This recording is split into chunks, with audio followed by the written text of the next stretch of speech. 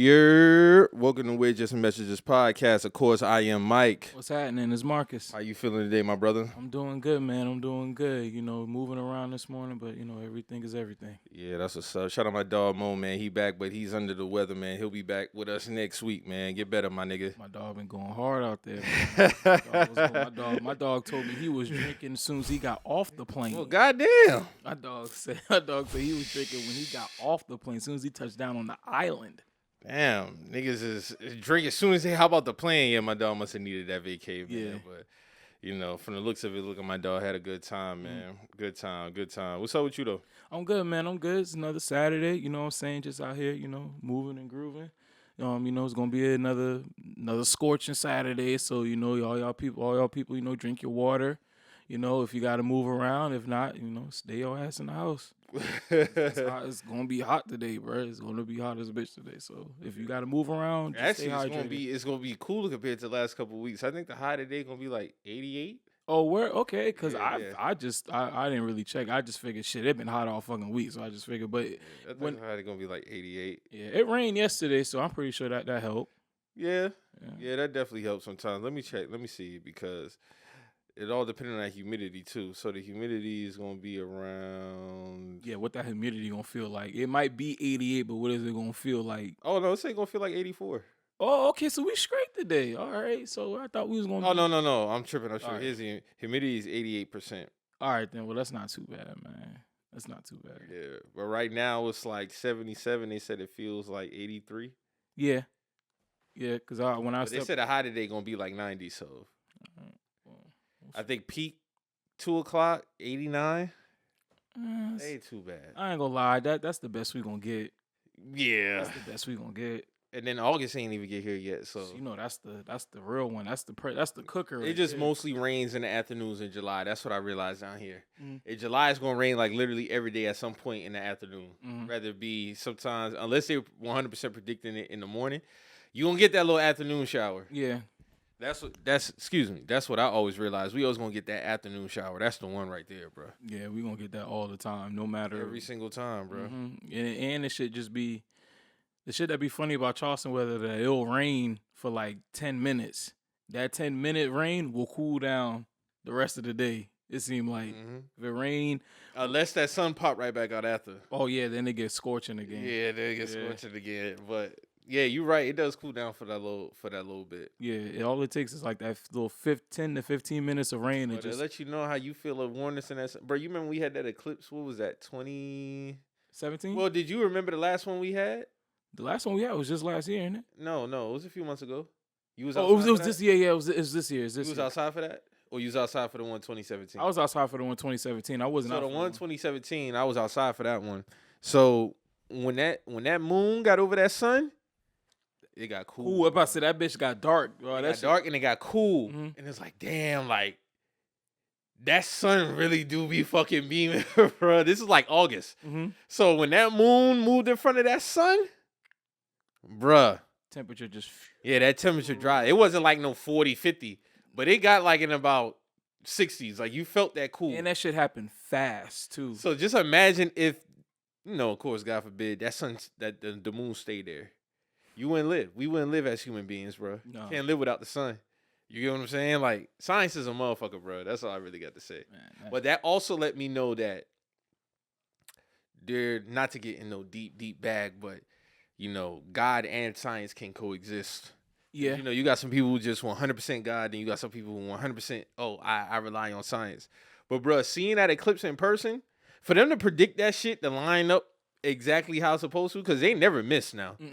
Oh, they say an eclipse come in 2060, I believe them. Yeah.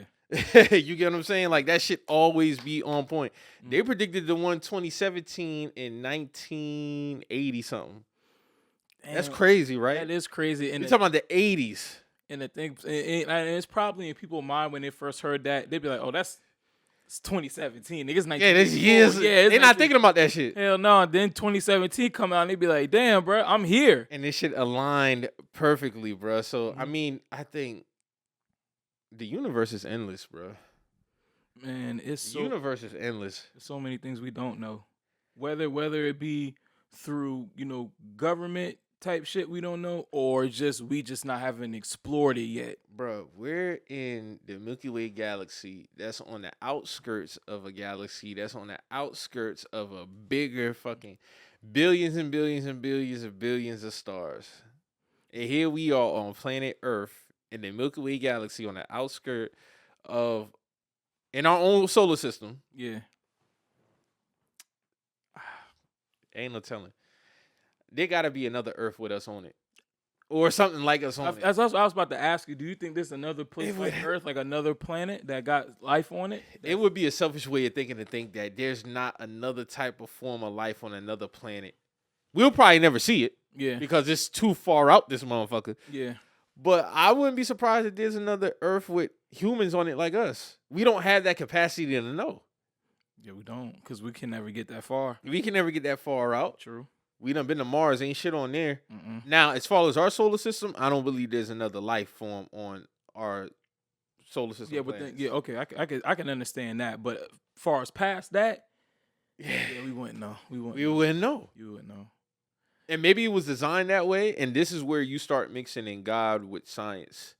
See, like my dad, he real religious. He likes to act like as if he factors in science, but he don't. Yeah. Dad, if you listen to this, like, you more religious than you are, you align with the science. Yeah. You're scientists, but that's where you start to get the Bible thumpers versus the Big Bang Theory type. That's what I describe them as, Big Bang Theory typers. Because you say your pop's a Jehovah's Witness, right? Mm-hmm. My aunt's a Jehovah's Witness. She on the same time, bro. Yeah, so. Yeah. But a lot of that shit I feel like there's room for both. Yeah, because I don't because for us. It gotta be, bro. It's gotta be because for us, it's like we kind of need both because what God, what he invents and when he makes and creates, that's one thing. But as far as to actually understand how things operate and actually understand how we actually get to these points, you need science. You need science because you need something. Chemical breakdowns. You need this. You need. Mm-hmm. I mean, God created the scientists with the minds to do this shit anyway. He created all this shit. Yeah. He ain't created for no reason. Nah, I mean, somebody got to have the know-it-all for this scientific shit, bro, and what's going on. The explanation, because somebody could look at a tree and be like, how the fuck did this tree just get here?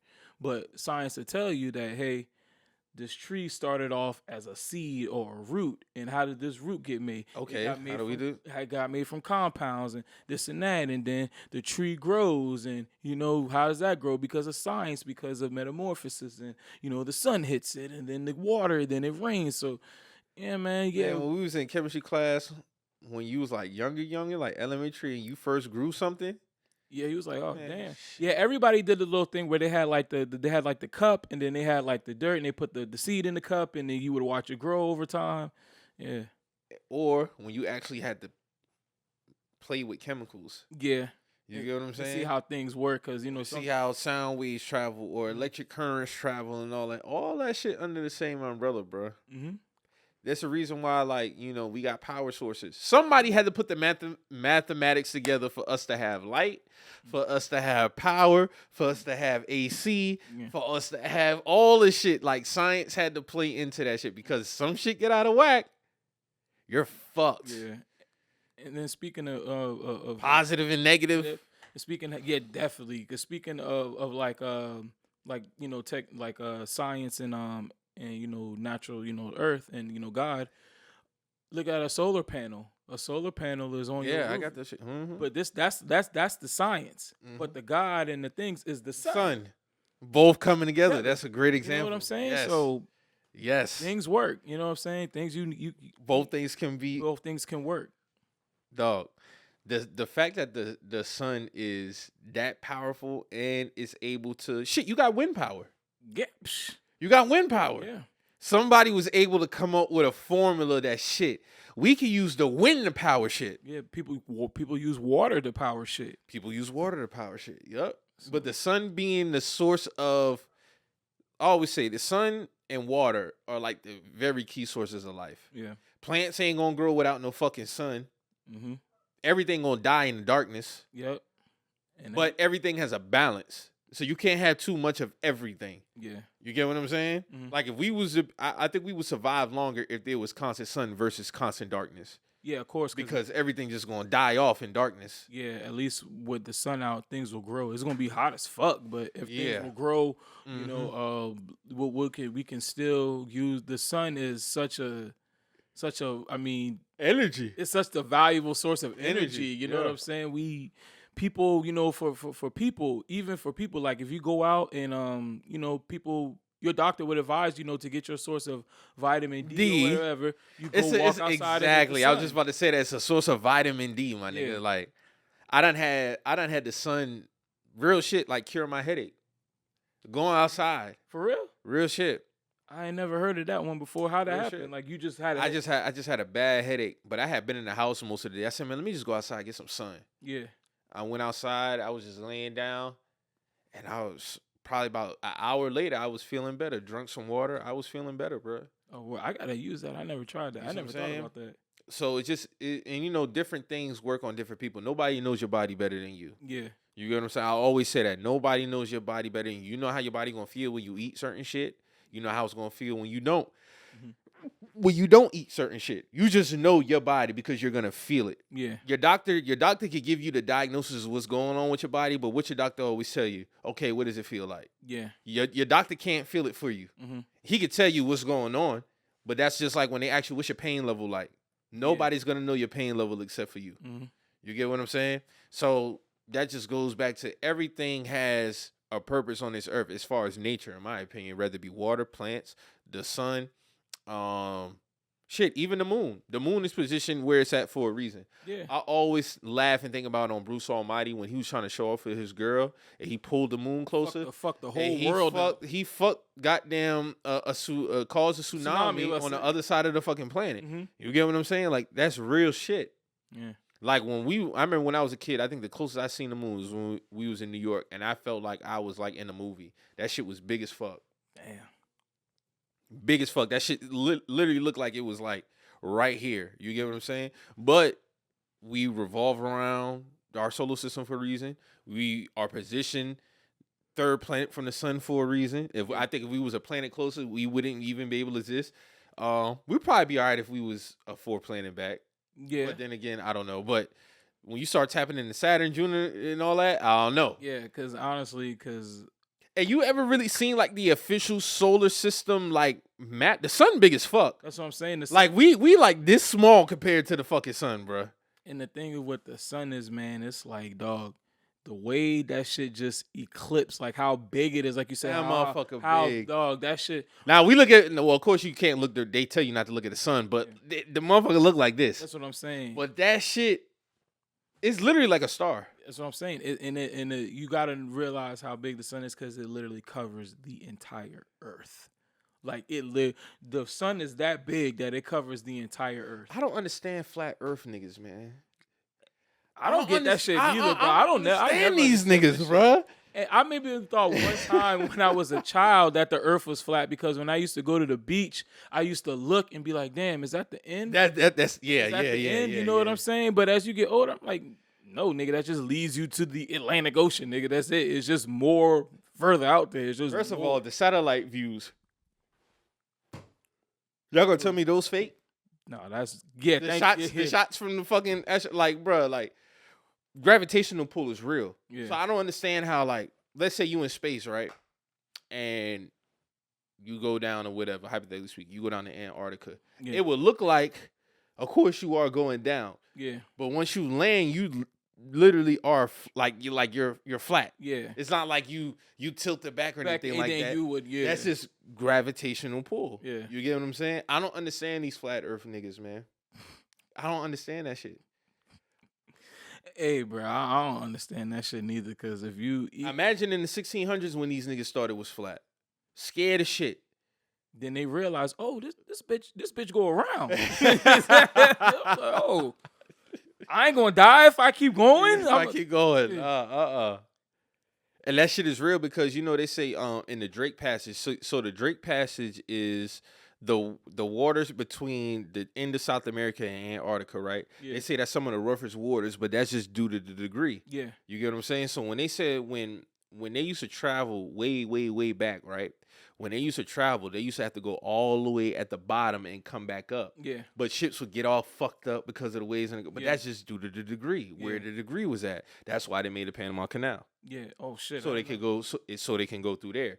Yeah. Before, they used to have to go all the way to the bottom through the Drake Passage and then come back up. Yeah, and then to get around. And then especially around then, you know, technology and none of that shit was really advanced. So I already know them shits was getting chopped the fuck up when they try to get through. So God had to put some type of expertise in a lot of these motherfuckers, even up till this day. Like we all know, like 100 years from now, they'll really be talking about 1996, 1994, 1993 as far as the start of the internet, right? Yeah.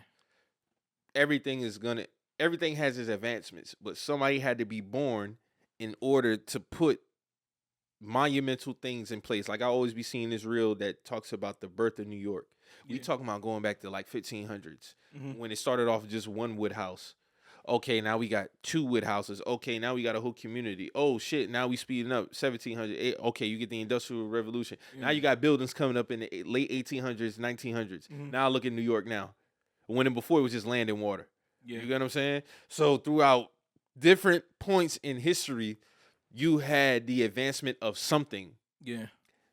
Somebody had to do it. God gave you that knowledge and that expertise. I ain't no fucking rocket scientist. Yeah, I'm not an architect. I'm not an architect. Yeah. You can learn it, but some people just gonna get it and some people don't. Like some people are able to do certain things, some people are not. Yeah. So when you look at all the shit that we got going on, and you look at the earth, bro, like, man, we still haven't discovered everything, especially in this fucking water. That's one thing. But I think it's meant to be that way. Yeah, I think us as human beings sometimes we get big headed and think we can expand our horizons. Nah, some things ain't just meant for us to explore. Yeah. R.I.P. to the people who went on that submarine, which was, I don't think that was constructed right anyway, because plenty of people have taken. What's the guy who always be going down there? What's that dude's name, man? I know. I think he worked on the Titanic. Yeah. I want to say. I think his name is James Cameron. Maybe James Cameron. James Cameron. Because that's the director of the Titanic. Hold on. Yeah, he be taking expeditions down there all the time, but he know the proper setup for him to go down there. These motherfuckers hop on the goddamn submarine, the Xbox controller. Yeah, James Cameron. Yeah, James Cameron. Yeah. You know them boys did a mock-up of what possibly happened when them boys went down there? Yeah, that shit, it just like, the further they went down, it like crushed like a can soda. I'd rather go out like that. You won't feel it. I'd rather go out like that. Them boys say, as soon as them boys descended, at some point, they say, and that was it. But I'd rather that than me be down there or that shit, you know, drown. Yeah, that's a slow, painful death. That right there. And the sun didn't want to go, but just to stay on point. Yeah. I just think throughout time, I'm not saying we still got more discoveries because we stay. Well, I ain't gonna say us. White people stay going in that fucking water and trying to find some shit. You seen that shit with the shark that bit the lady? I seen that. Hey man, like that's some like. But see, I don't even play around in beach water like that. And what I mean by that is I'm very aware of my surroundings. Yeah. So I don't really go out too far anyway. But my eyes are always open. I'm not saying sharks can't creep up on a nigga, but I'm gonna be aware because most of the time you're gonna see that shit poking up out the top. Yeah. Because as you get closer to the beach, I mean, of course, the water just gets lower. Yes, you can it gets lower. You get what I'm saying? So, we just not meant to be out there. Facts, bro. We're land animals. And that's the thing with people. And water is undefeated. Yeah, that's the thing with people. They'll try to go and test nature. It's like, bro, you're going to lose that battle. 9 times out of 10, you're going to lose that battle. I always say, certain animals or insects who are our size or bigger, we be smoked. You seen that video I retweeted the other day about the spider and the wasp? Yeah, I seen that. He pearled that motherfucker? Yeah, I seen that. Bro, listen. Imagine if spiders was really like the shit that we seen in the movies. Like 8-legged freaks, bro. That shit. Real shit. You gotta have your ammo on deck. Real shit. You be cooked. I don't even think of a world where animals and insects. You ever seen The Mist? That shit. I always when I was little, movie. But that shit was nasty. That shit was nasty, bro. That shit was nasty. That shit was like a big ass cockroach just. Bro, listen. Insects taking over. Motherfuckers is webbed up, but they got eggs planted in them. Yeah. You know what I'm saying? Like, nah, bro, this shit is insane. But, Yeah, shit is this shit is endless, bro. This shit is endless. This shit is ain't no telling how much more we gonna discover, what we gonna know about. But I'm pretty sure somebody will take the chance Yeah. to figure it out, and then of course you'll have more people born. Of course, who Mhm. gonna have the knowledge to understand this shit. Yeah, and hopefully for the future and the youth that they continue to try to get in spaces. And, of course, hopefully black people try to get in these spaces because Mhm. I always think that I've always been a kid who liked National Geographic and stuff like that. So hopefully we could see more discoveries. Hopefully nobody gotta die, no shit like Yeah, that for us to facts. get the discovery. But hopefully we could find out more things. Because I do think it's pretty cool when people go and discover new things. Like there's new animals that being discovered and shit like that. So Mhm. I would like to keep seeing it. I like to keep seeing the world kind of keep evolving. Keep finding out things, and for us to keep being informed. Definitely. Mhm. Oh, I gave up. Y'all can think this cap. I'm officially retired from Chick Fil A. Damn, my boy said he's packing it up. Done. Now, this is a big deal because my dog I had always all said the points. I had all the points, man. Yeah, I'm off it. Chick Fil A is not. It don't taste the same. It No more. don't. It really don't. It don't taste the same no more. Then also technically that was really the only fast food I ate. But Chick Fil A definitely. Sometimes you eat that shit and you still be hungry afterwards. Mm-hmm. You get what I'm saying? But yeah, I'm officially retired from Chick Fil A, man. Oh, damn, boy. Hey, That's it. let's wrap I'm it up. done. I'm done. And like I said, This is technically, big, bro. I'm gonna be honest, not to cut you off. This is big. You talking about a nigga who used to be in the group chat like, bro, look at my, I got my points, my nigga. 20K points. Yes. So this is huge. This Yup, I deleted the app and everything. damn. Facts. And you did that shit right in time because they building right on Latson Road too. I'm off that shit. The only thing I probably would get from there is like the lemonade. Yeah, they lemonade always gonna be. But other than that, no, because just first they don't taste the same, and then I'm really getting in my mode of like really cooking all my food. You get what I'm saying? Because us, like, this goes back to what I said earlier. Nobody knows your body more than you. Mm-hmm. I know how I feel after I eat certain foods, Yeah. and when I don't eat certain foods. Yeah. More energized, you feel more full. You could just feel the difference between the nutrients. Yeah. You don't feel as sluggish. Mm-hmm. You get what I'm saying? You just feel a little bit more energized when you eat, prepared food versus Going out to get going out to get food. That's real shit. Yeah, for real. And I feel like fast food in general just took a nosedive. Really, It after has. COVID, bro. After Yeah, COVID, it that did. shit took a nosedive. did. I'm gonna be honest with you. I've completely cut back. I don't really eat fat. I remember you told me about that. Yeah, Like you have. So Chick-fil-A was my last window of door opening for door opening for fast food. Yeah. I'm off Chick-fil-A, I'm off Bojangles, I'm off all that. Is there no more Culvers either? I don't know. Okay. I like their shakes. Yeah, they should. Yeah, I'm talking about like the food, as far as like the actual food. You off that Real too? shit. Oh, that's. I think what's up, food, bro. like food wise, I'm going completely like if I can't prepare it or I could go to Publix and go get something, Mhm. I'm off it. That's what's up, man. I'm proud of that because I'm kind of on the same time too. Like, and when you think about it and you see like, man, what these niggas putting into stuff as far as like, because even with the Chick-fil-A shit, these niggas announced that we about to have antibiotics in the chicken. It's like, damn, bro, like you announcing that these chickens ain't right. You announcing that, and the line still be out the door. So I can't really blame them. You got to blame the consumer if they still consuming something if you already done told them what it is. But it's just with I certain. think it's an American thing, honestly, because I be seeing my nigga, he be posting reels like other countries don't really eat the same shit we eat. They don't even allow like certain cereals. Yeah, even and if you look at the ingredients from their fast They food don't to our approve fast- it. Hell no. They don't approve that shit, bro. Mm-mm. I got a homie who played basketball overseas. He said, I still wouldn't eat McDonald's overseas, but he said, bro, the food is completely prepared different. Yeah.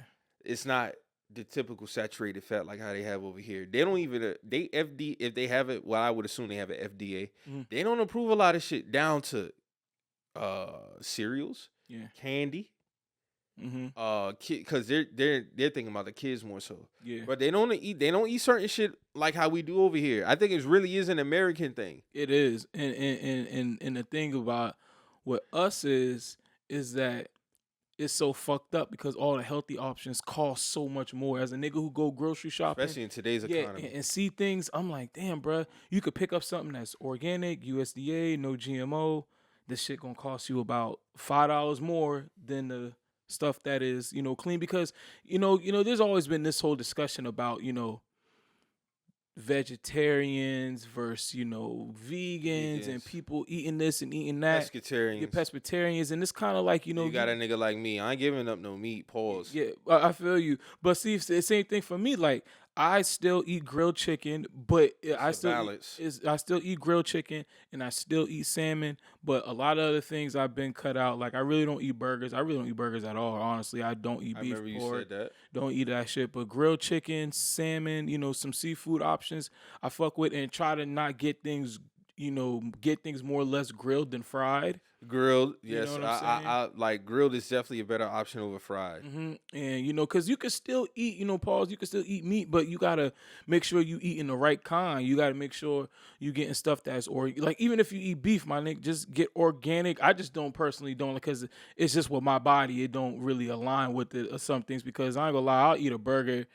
And I'll have to go. There's certain foods that just kind of make me go to the bathroom, and that's one of them. But because you know your body, yeah. So, but with certain foods, it's like, man, you gotta really just kind of like you can still eat the beef, just make sure it's organic, or make sure it's grass fed, or make sure the chicken is grass fed. And not to say that because at the end of the day, bro, somebody could put a label or something, and we truly might not know. I'm gonna be honest with you. You'll know within either that first 45 minutes or that next day. True. Okay. You're gonna know. Yeah. Okay. Yeah. Because if it's fucked up, it's definitely you're gonna feel it. You're gonna feel it. But body gonna reject it. Yeah. Or it'll run straight through you. Yeah. So because like you said, like I get it. Some people they eat it. They work out however they would. Like Chad Johnson, he's a big advocate for McDonald's, but I can't do it. Yeah, I can't. I've been off McDonald's for years now. Yeah. Years. And like I said, Chick Fil was my last line of defense for the fast food defenders. Mm-hmm. Yeah, that's it. Yeah, man. And I felt the difference. I felt the difference this week and a half. I've been on Chick Fil. Like I felt the difference in my body. But like, oh shit, like I'm not hungry again to get it. Like I'm a little bit more energetic. Yeah.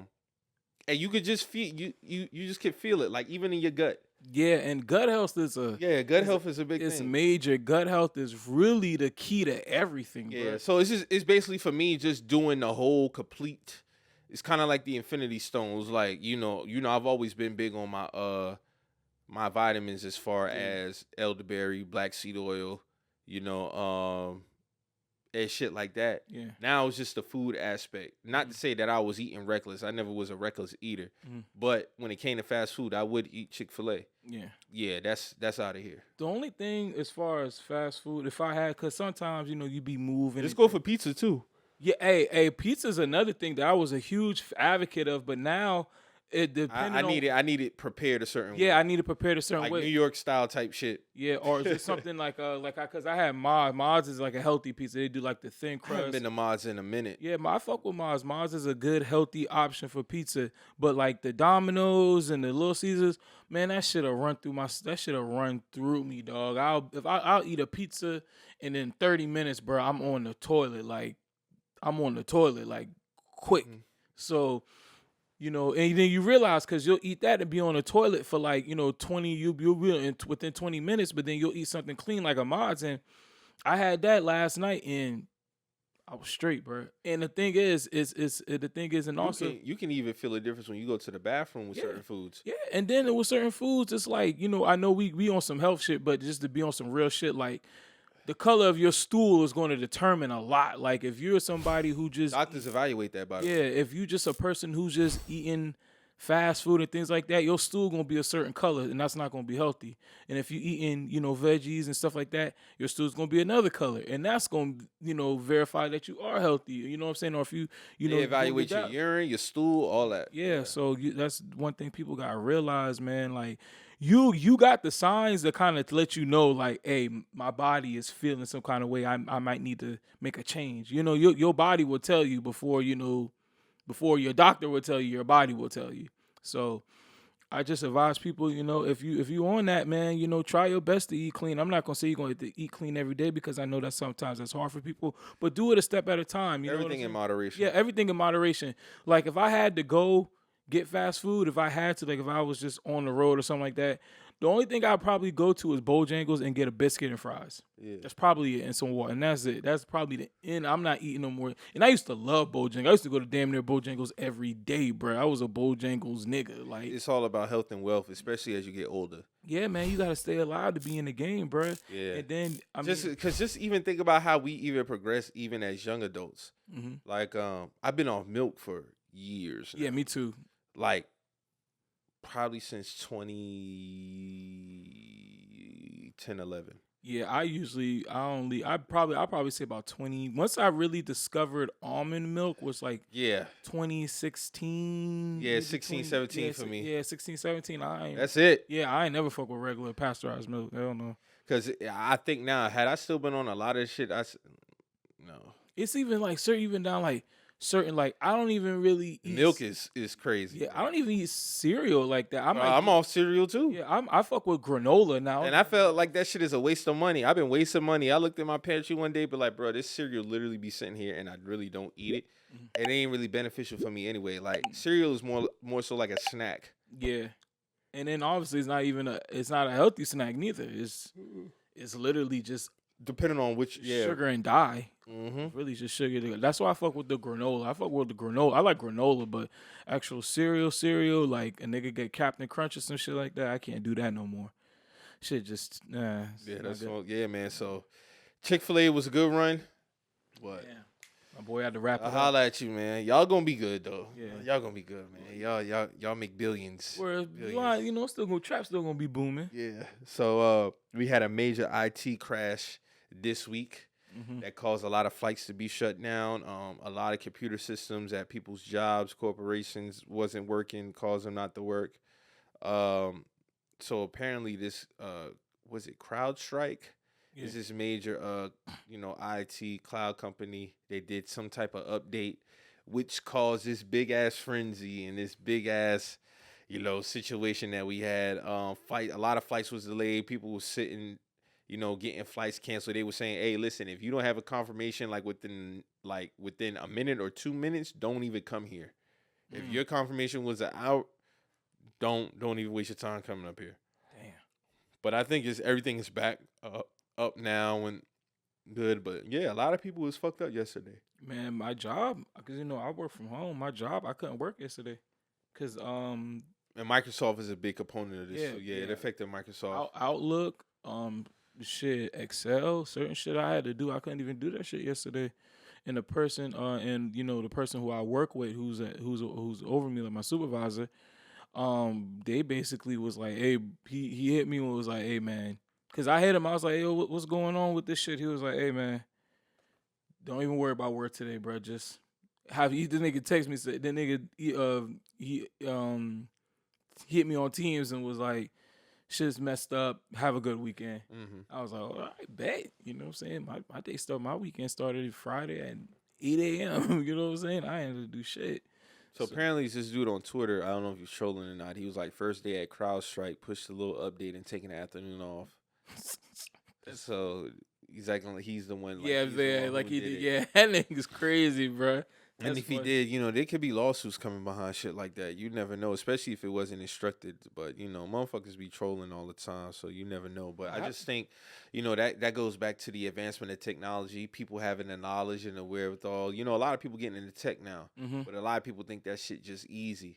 You really got to sit down and really put in the time and effort to understand. I got a few people that I know who are in tech, and that shit ain't as sweet. That's people trying to make it out to be, bro. And the tech industry right now. Like, you going to earn your salary for real. Yeah, like, they pay good money now.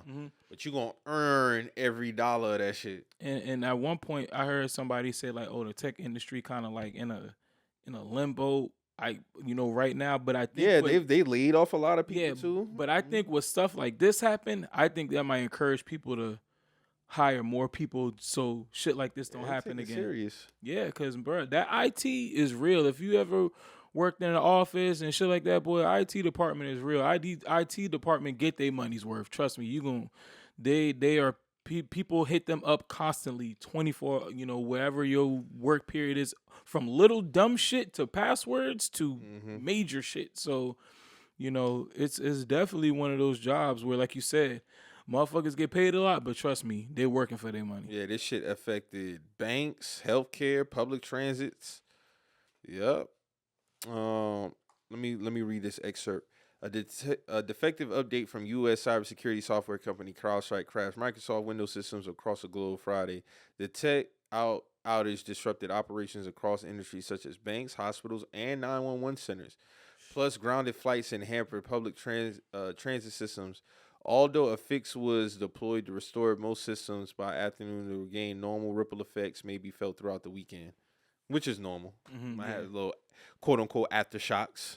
People trying to get... And that's the first thing I got up and checked and was like, man, let me go ahead and go into my bank app just to make sure everything's straight, man. Because you just never know, bro. You never know, man. Motherfuckers go in there and try to act some shit, then you look at your account, you be like, yo, where the fuck my bread at? But one thing I will say, though, the government will for the most part, make sure, like, if they know you have money missing from your account, you will get that shit back. Yeah. I done seen people get certain deposits in their account, and they know they wasn't supposed to get that shit, and then they report it, be like, yeah, it was a mistake.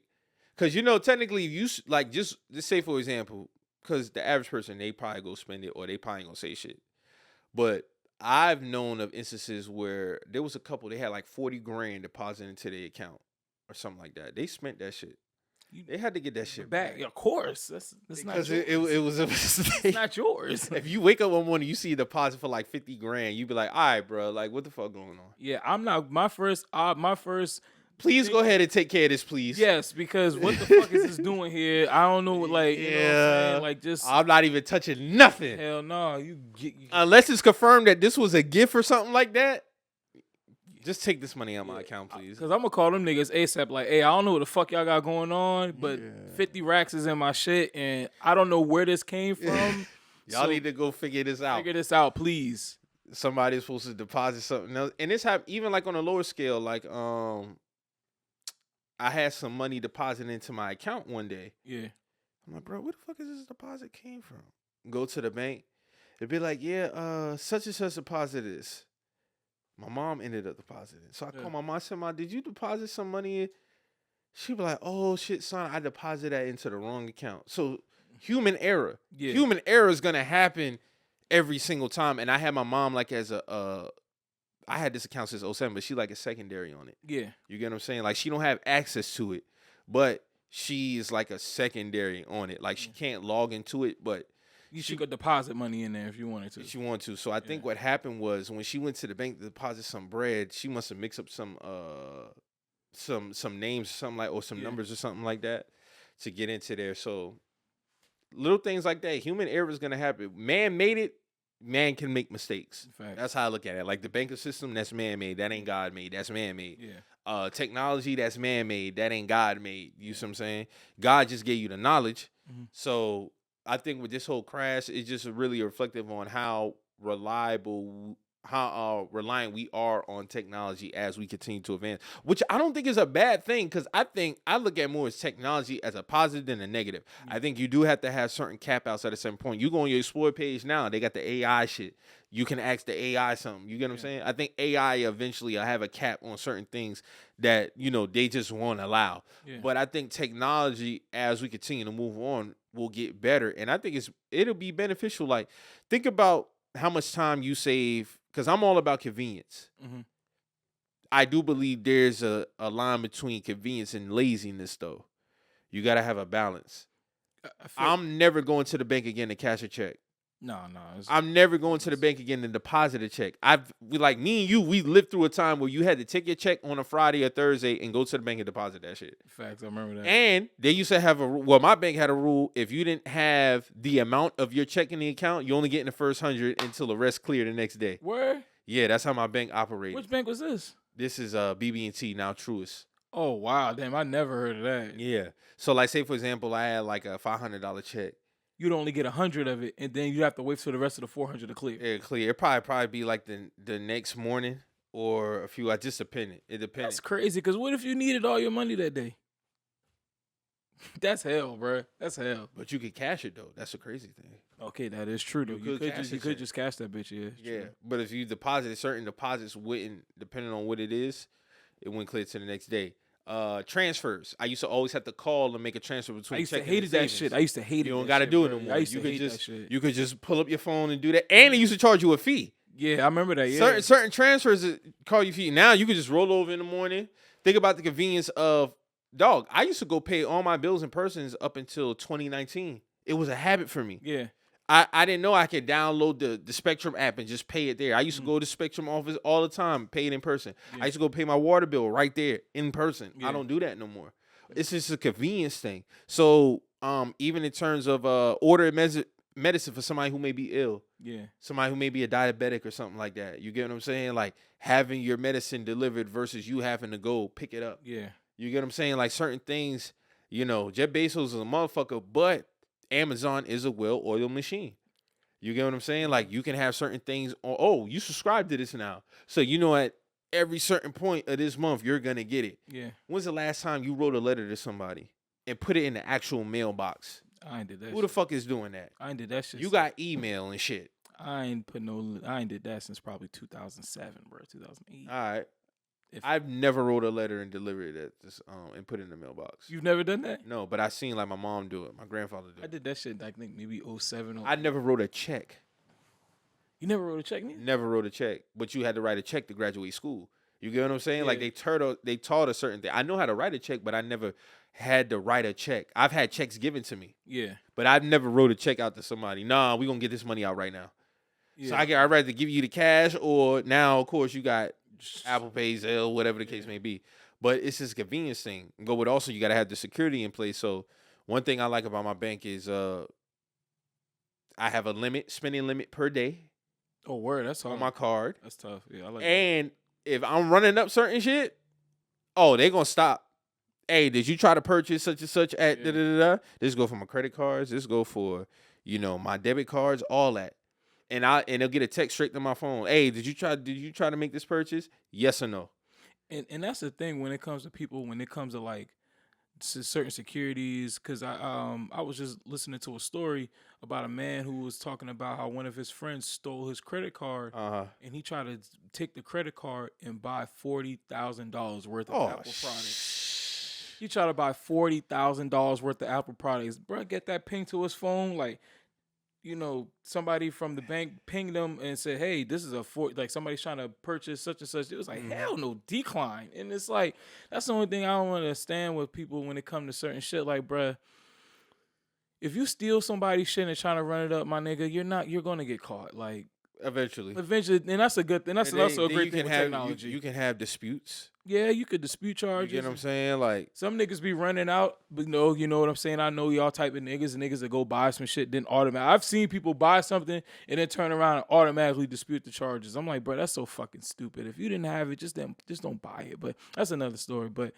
when it comes to just, technology and, the security aspect and AI and AI and humans, and humans working together, I think that's one thing we need to start thinking more about instead of always thinking about the negatives of AI. People always talking because, I forgot what it was, but somebody, I don't know if it was McDonald's or something. If it was some company that try to basically fire everybody and use it to replace AI. And when they replaced it with AI, things didn't run. Things got fucked up. Mm-hmm. So then they had to go back and hire people to kind of go and, still do, I think they hired enough to where they could still do the job and still have AI at the same time. So it's not like they probably had to hire less people, but you still need somebody to run the AI system. So you can't just they try to do it to where it was like no people.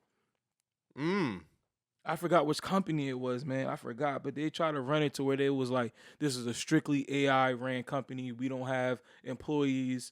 We don't have anybody in the store, whatever the case may be. And that shit got fucked up, and they had to go and rehire people to go and do that. So, and that's the beauty of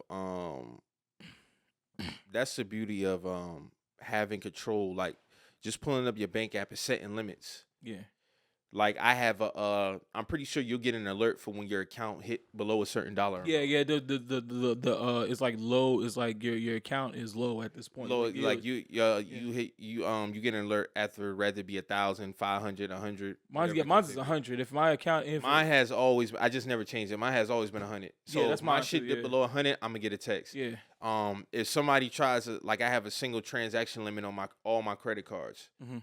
Cause a motherfucker go swipe some shit, try to swipe some shit for like 15 grand or something like that. That's insane. Yeah, You get what I'm saying? Like, nah, yeah. I'm just gonna get that ping. you don't get that ping. Yeah. And like, depending on your spending habits, you ain't gonna do a single transaction of like 6 grand or $5,000 or something like that, depending on who you are. Yeah. But you get to set these certain limits, and when you do that, you get to come out and you have a little bit more control. Versus back then, you have to call, you gotta wait on somebody. Yo, can you set this? Nah, you ain't got to do that no more. I used to hate 2-step verification. I like that. Yeah. That's good when it comes to security. So that's how I look at it. I think this crash is gonna definitely reward the people who know what they're doing too. Mm-hmm. There's gonna be some bonuses coming behind this for some people, man. Definitely. If you was an IT person and this happened and you was able to make something shake with your company, maybe you could have kind of fixed the problem. Because man, the IT dude, when I was talking to my supervisor, this shit happened at 8. I mean, the thing, he didn't get on the whole day, but he didn't get a chance to somebody even get to his laptop because it was so backed up until 12 o'clock. It took them literally 4 hours just to get there. It was that much going on. That's insane, bro. That's insane. I mean, and I think we'll have another crash because that's just how shit go. Again, if human made it, it can have mistakes, it can have flaws, but I think it'll be consistent going forward. But that shit was crazy. A lot of flights delayed. I seen that little map of like a lot of plane traffic. Coming through. Dog, we be having a lot of flights per day, bro. Versus the rest of the world. I just seen that shit, bro. We got a lot of fucking flights that be going on. But all that shit you saw, like the time lapse, and like all the planes eventually was grounded and shit. Like that shit was crazy. That's crazy, dog. I know people with shitting. And that's a Friday. You trying to get in somewhere for the weekend. Oh man, I know that was hard.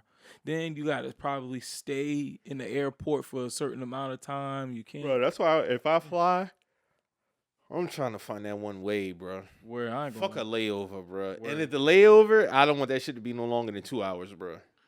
I'm trying to get there. When the next flight at? Yeah. You know what I'm saying? Like fuck all that layover shit. Man, I really can't do nothing unless you said more than 2 hours. Imagine an 8 hour. I don't see how niggas do that shit though. 8 hour, 15 hour layover. That's crazy. Niggas do that though. Niggas are sit there for a cheaper flight. You niggas know what they doing? They going right to the fucking bar. Get fucked up.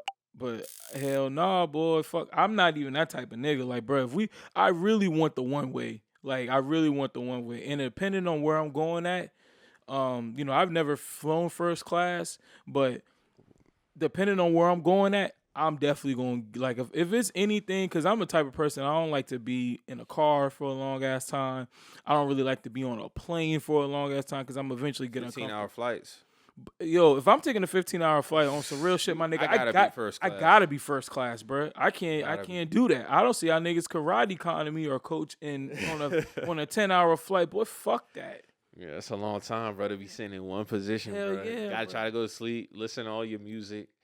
Nah, that's a long time on a plane, bro. Because I did one from here to Seattle, and I had to do a layover in Houston, which was cool because, Houston airport big as a bitch. That shit big as fuck. So, I mean, they had a Papa though. This is like 20. They got good food restaurants. They got good restaurants in there. So, it was cool. I think my layover was like 2 hours, but, I don't think I could have really did the straight flight from one coast to another just for the simple fact of the time lapse. Not in Harlem. Yeah, that's you know what I'm saying? Like, I could do anything a straight flight from, like, anything East Coast, I can do that. But on the West Coast, I can understand how somebody do a layover on the West Coast. But I'm just not trying to have no 8 hours with layover trying to get to California or no crazy shit like that.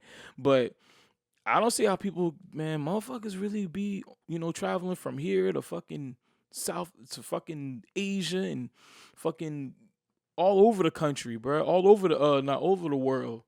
People go 13-hour flight just like this, how we sitting in the seat right now. I cannot sit like this for 13 hours, dog. Yeah, that's a long time. That. And your body's not really meant to be built like that. You gotta kind of what's the word I'm looking for? Stretch, be flexible. Mm-hmm. Sitting in one position for a long time ain't good for you. They always say that, like, people got desk jobs. Get up, walk around, stretch. Mm-hmm. You're not supposed to sit in one position for 8 hours. Yeah, I can't. I couldn't do it, bro. That's why I ain't gonna lie. That's why overseas don't really see that ain't really gonna see me like that, because I do not want to take those fucking, like I said, the Caribbean things like that. And a first class flight ain't cheap. Hell no, boy, you getting at least $1,200. More than that, probably. Probably, yeah, more than that. But anything from like anything East Coast, like the Caribbean, things like that, those are not long flights. Even though you might take a flight to Miami and then you take the flight to Miami to wherever.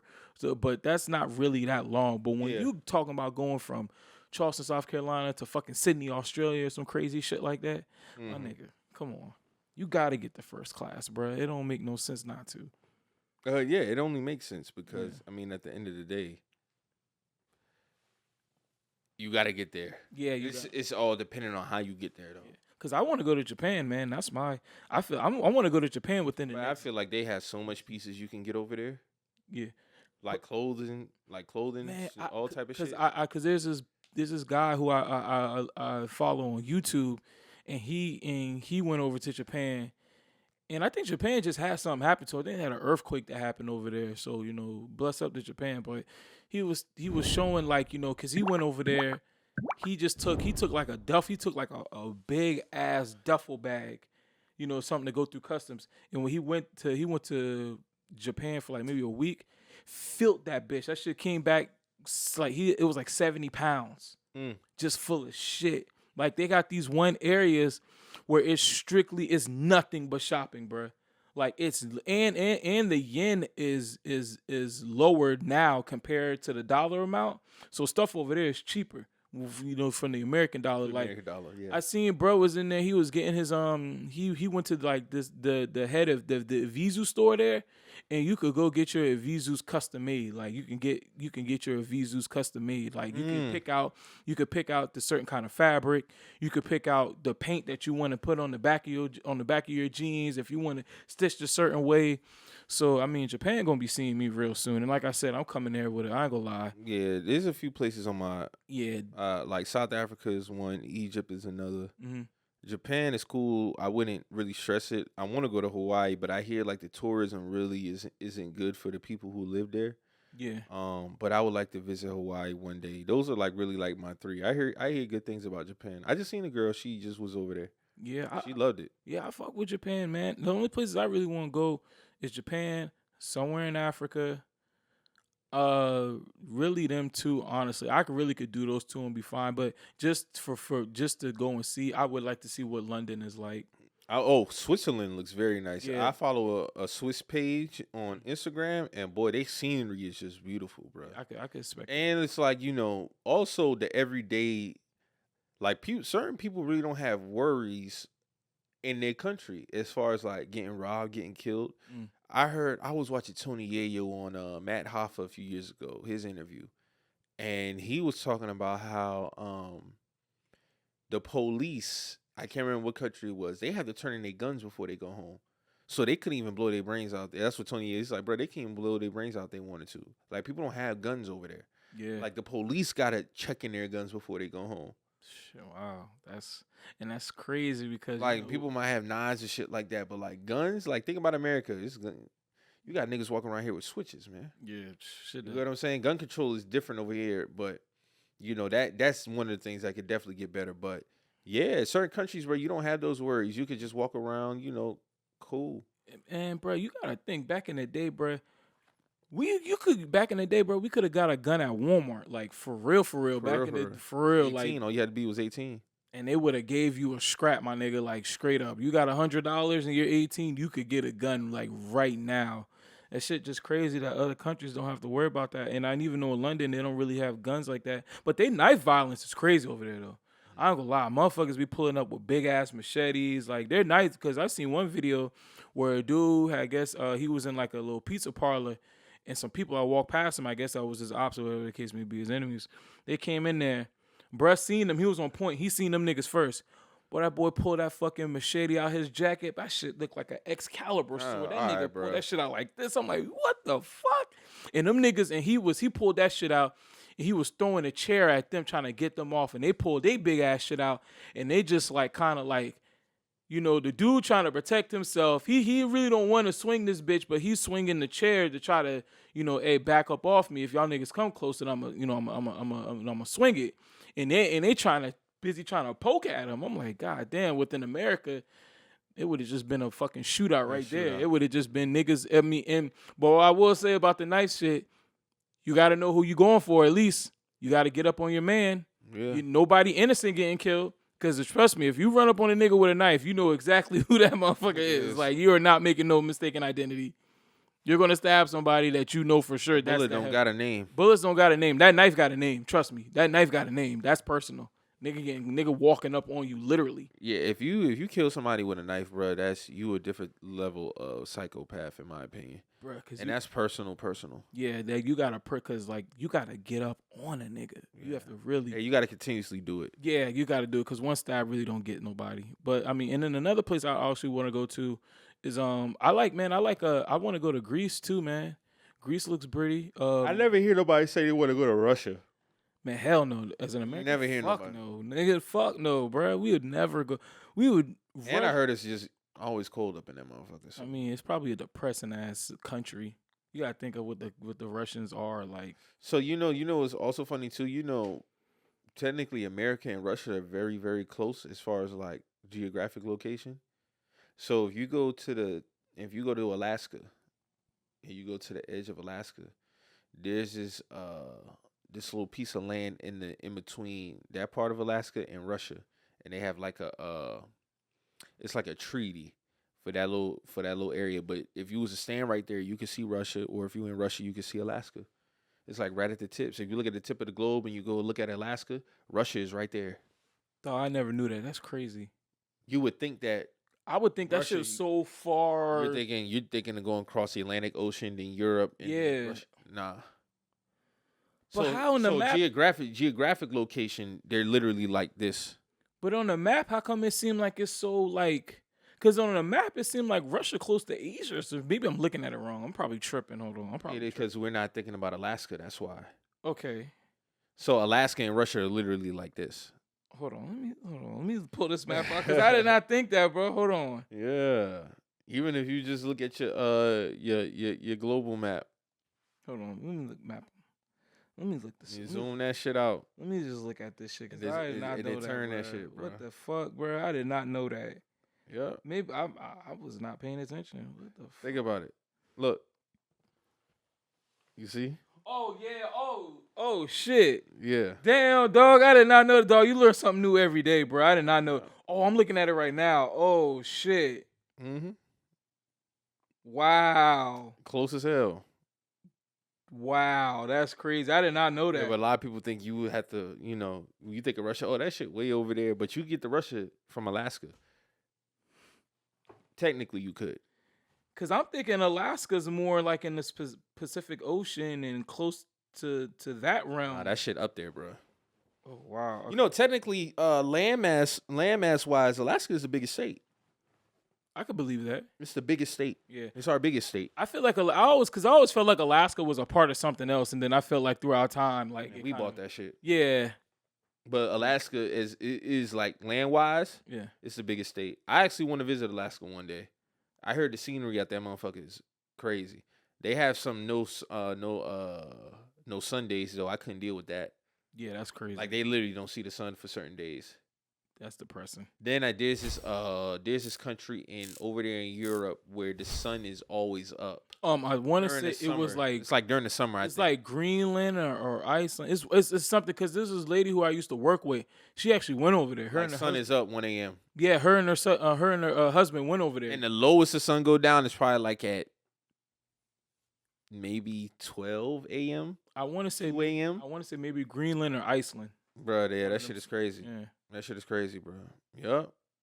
And you know what I used to think as a kid? I used to think there was snow caps on the top and bottom of the earth.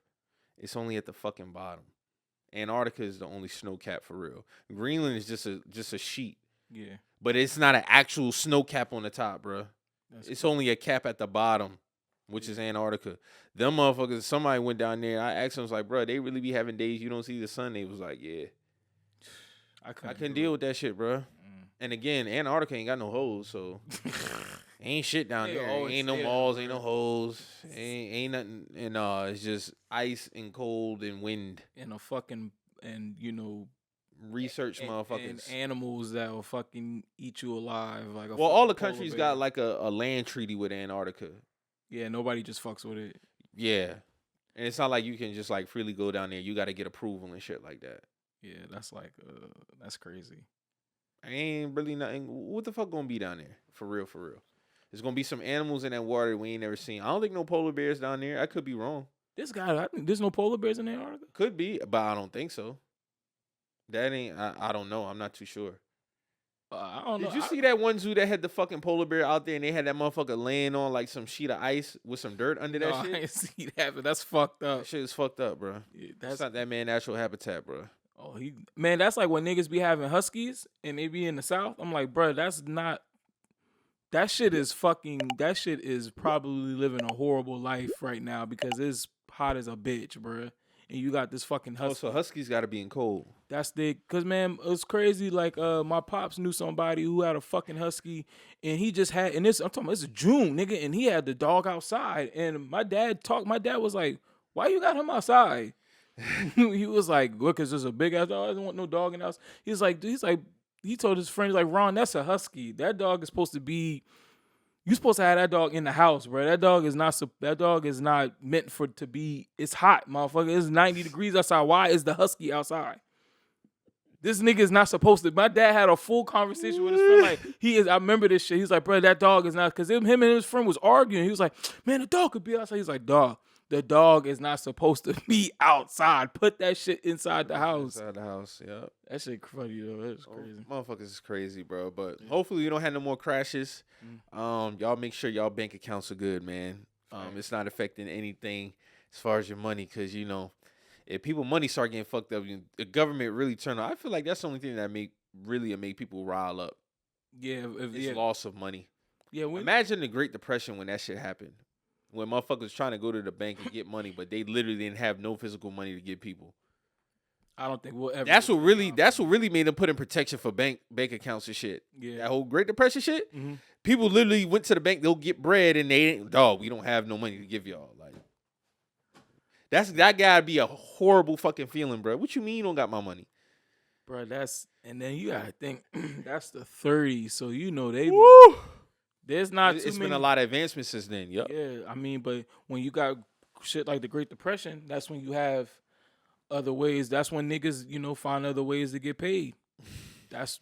This is when crime comes in. This is where a lot of other shit come in, because, you know, if there's no money that the banks can give you, shit, we gotta make some money the other way. And the dollar's forever. I know niggas be trying to say, like, you know, do you remember that little time when it was like, oh, crypto gonna get the dollar out of here? Nah. The dollar will always be number one. It don't matter what we go through, how many changes, because for number one, America is not gonna allow that. Number two, the world is never gonna nothing is gonna come to the forefront of money as far as the transaction to get something. This ain't way back in the day when you had the barter system, my nigga. We ain't going back to that. No. It's the dollar, my nigga. And that shit's gonna stay there. It's the fucking dollar. It's gonna stay there. Because one thing about the dollar, that since it's a physical piece of paper, it ain't much you can do to change this shit. With crypto and shit like that, there's a lot of things you can do to change that. You can sway things. Can't sway that. I don't think we'll ever get to a point. Maybe we won't be here to see it in our lifetime. I don't know. I don't see a time where, like, you'll be like, okay, your total is 2052, and somebody will be like, oh shit, yeah, I got cash on me. Cash will always be available. Yeah, I feel like cash is always going to be accepted. Cash is always going to be accepted. I mean, because think about it. Without no physical cash, what's the use for a bank? And you know the bank. And what's backing up? You just going to have this app that says you got $5,000? Nah, we still gonna print money. We still gonna have it's still gonna be transactions of the dollar. Yeah. You still got some people who still gotta go at the end of the night, count up cash. Yeah, we got. Oh, strip clubs ain't never going. You know what I'm saying? These things never gonna go. These things never gonna go away, Mike. You feel me? These things never go. The dollar. Think about a dollar that's probably been moving around since 2000, for example. Like the actual dollar that was made January 5th, 2000. That shit probably. Who's to say where that actual dollar is at now? The dollar is always gonna be around. And you know the thing about the dollar is the dollar don't change. The 100 has changed. The 50 has changed. The 20 has changed. Yeah, the dollar ain't never changed. The dollar ain't never changed. The $1 bill has never. No, you're right. The $1 bill has never changed. The only thing that changed is the date it was made. That's it. 2007, 2006, 2008, 9. Yeah, you're right. It's the hundred done went to what, blues? Yep, the hundreds is all blues the now. 20 change. The 20 change. I remember when they made him. He was just in a circle. They made him just like the actual head. Yeah, They never changed the 50. I'm gonna be real, bro. They did change the 50 because remember the 50 is like it's still green, but the 50 got like a little different shade to it now, bro. It does? Yeah, it got like a different and shade. Grant is on the 50, right? Yeah, Grant's on the 50 because Andrew Jackson's on the 20. Andrew Jackson, who's on the 100? Remember we supposed to get them Harriet Tubmans when niggas was talking about that during COVID? Niggas said, man, well, where my Harriet Tubmans at? Who's on the fucking 100? Is it Jefferson? It should be Jefferson, shouldn't it? Yeah, I think it's because on the 1 is George. Yeah, 1 is George Washington. 5 is Abe. No, Abe is on the nickel. Yeah, or the penny. I don't know who the fuck Abe. Who the fuck is on the 5? See, now I gotta look this shit up, bro. Who's on the $5 bill? I'm trying to think who's on that. Abe. Yeah, I knew I wasn't tripping. Abe. Yeah. Abe is on the 5. 100 is Benjamin Franklin. Yeah, Ben. Yeah. Ben. Yeah, and they changed that shit. Yeah. That's what I'm saying. They changed the fuck out of that shit, bro. They changed every dollar except we don't have a $100. We don't have a $500 bill. I got a $2 bill still. Oh, word? Yeah, that's what's up. I remember those used to be, my uncle used to be like, those are lucky. Yeah. So that's for the luck. $10 bill is, who the fuck is that? Alexander Hamilton. I don't know who the fuck that is. Who's on the 20 is like $1? Yeah, I think that's who's on the 1? Yeah, that's George. And who's on the $2 bill? That's the one I wanted to look up. $2 bill is Thomas Jefferson. Yeah. Okay. Yep. Still got those. But yeah, the dollar, yeah, that shit ain't. Remember think about when they probably first invented that shit. Man, we need something to make. We tired of trading motherfucking this and that. Yeah, we need some currency. We need some currency, my nigga. We good. And now think about the Rockefellers. These niggas control damn near all the fucking banks in the world, all the banking systems. Think about being born into that motherfucking family. Not having you could literally become anything you want. When you had that comfort of finances, you literally can put your mind and do really anything because you don't have the stresses of bread. You have no worries. Literally have none. The only worry you have is the worry of really what am I personally going to do? I don't got to worry about nothing else. It's just what am I going to do? Whatever passions, whatever dreams and goals, I can just solely worry about that. Niggas ain't ever getting reparations, huh? Nah, never. I mean, because America don't even want black people to even have that feeling. Bro, that shit's crazy, bro. And I don't think it should be a dollar amount again. I felt like I expressed this before. I don't think it should be just a dollar amount. It's other things, but money should be a part of it. Yeah. I don't know, man. I feel like a million would do $1 million for each person would go a long way on top of other things. Yeah, I mean it's crazy because what y'all call that in gambling? A ticket?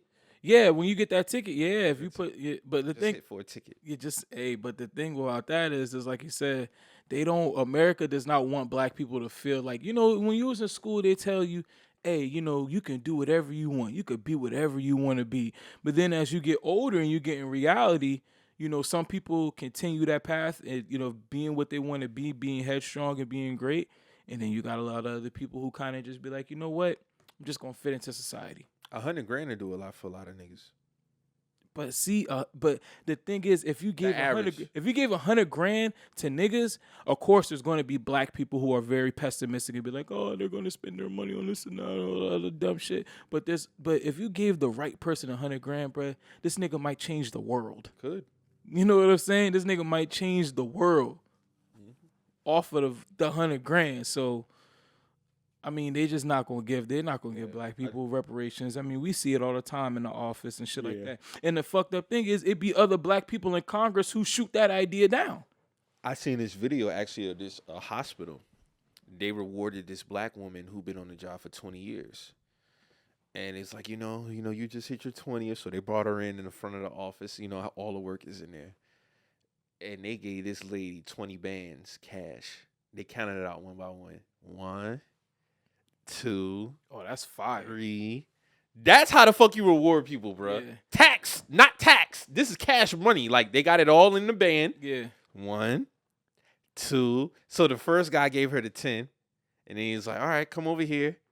11, 12. She damn near passed out, but she was crying. It's like, bro, like, that's how you supposed to reward people who put in time like that on a job. Not a fucking pizza party and a fucking gift card. Yeah, bro. 20 grand cash for 20 years of her service. She deserved that. Hell yeah. And the fact of the matter is, that shit gonna go a long way for her. And the fact you got somebody who she's gonna be there forever.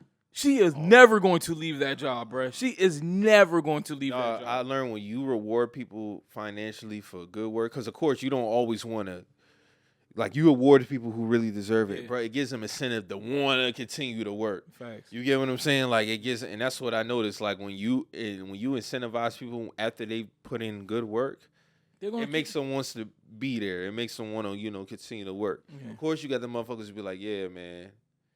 What the money? What y'all PTO looking like? Them the people I ain't gonna hire, cause you ain't never gonna be at work. Hell no. You know what I'm saying? But I'm talking about the people who genuinely be there working, putting in the effort and shit like that. Like, yeah, bro. Like, and then for people, you gotta look out for those workers. Like, I've learned as being like a team lead, getting into management, shit like that. Like, when you see people going above and beyond, reward them. Don't reward them with no food. Yeah. Reward them financially. Like, I've been on the end of getting a cash reward for hard work. Yeah, it's different. That shit hit different than a fucking pizza party, my nigga. Facts. You get what I'm saying? Like, that shit hit different, bro. Right. And then, if you're working hard, especially around certain times, like I know for my old job, the Christmas bonus was a big thing for people. Like, oh, you know what I'm saying? You do good.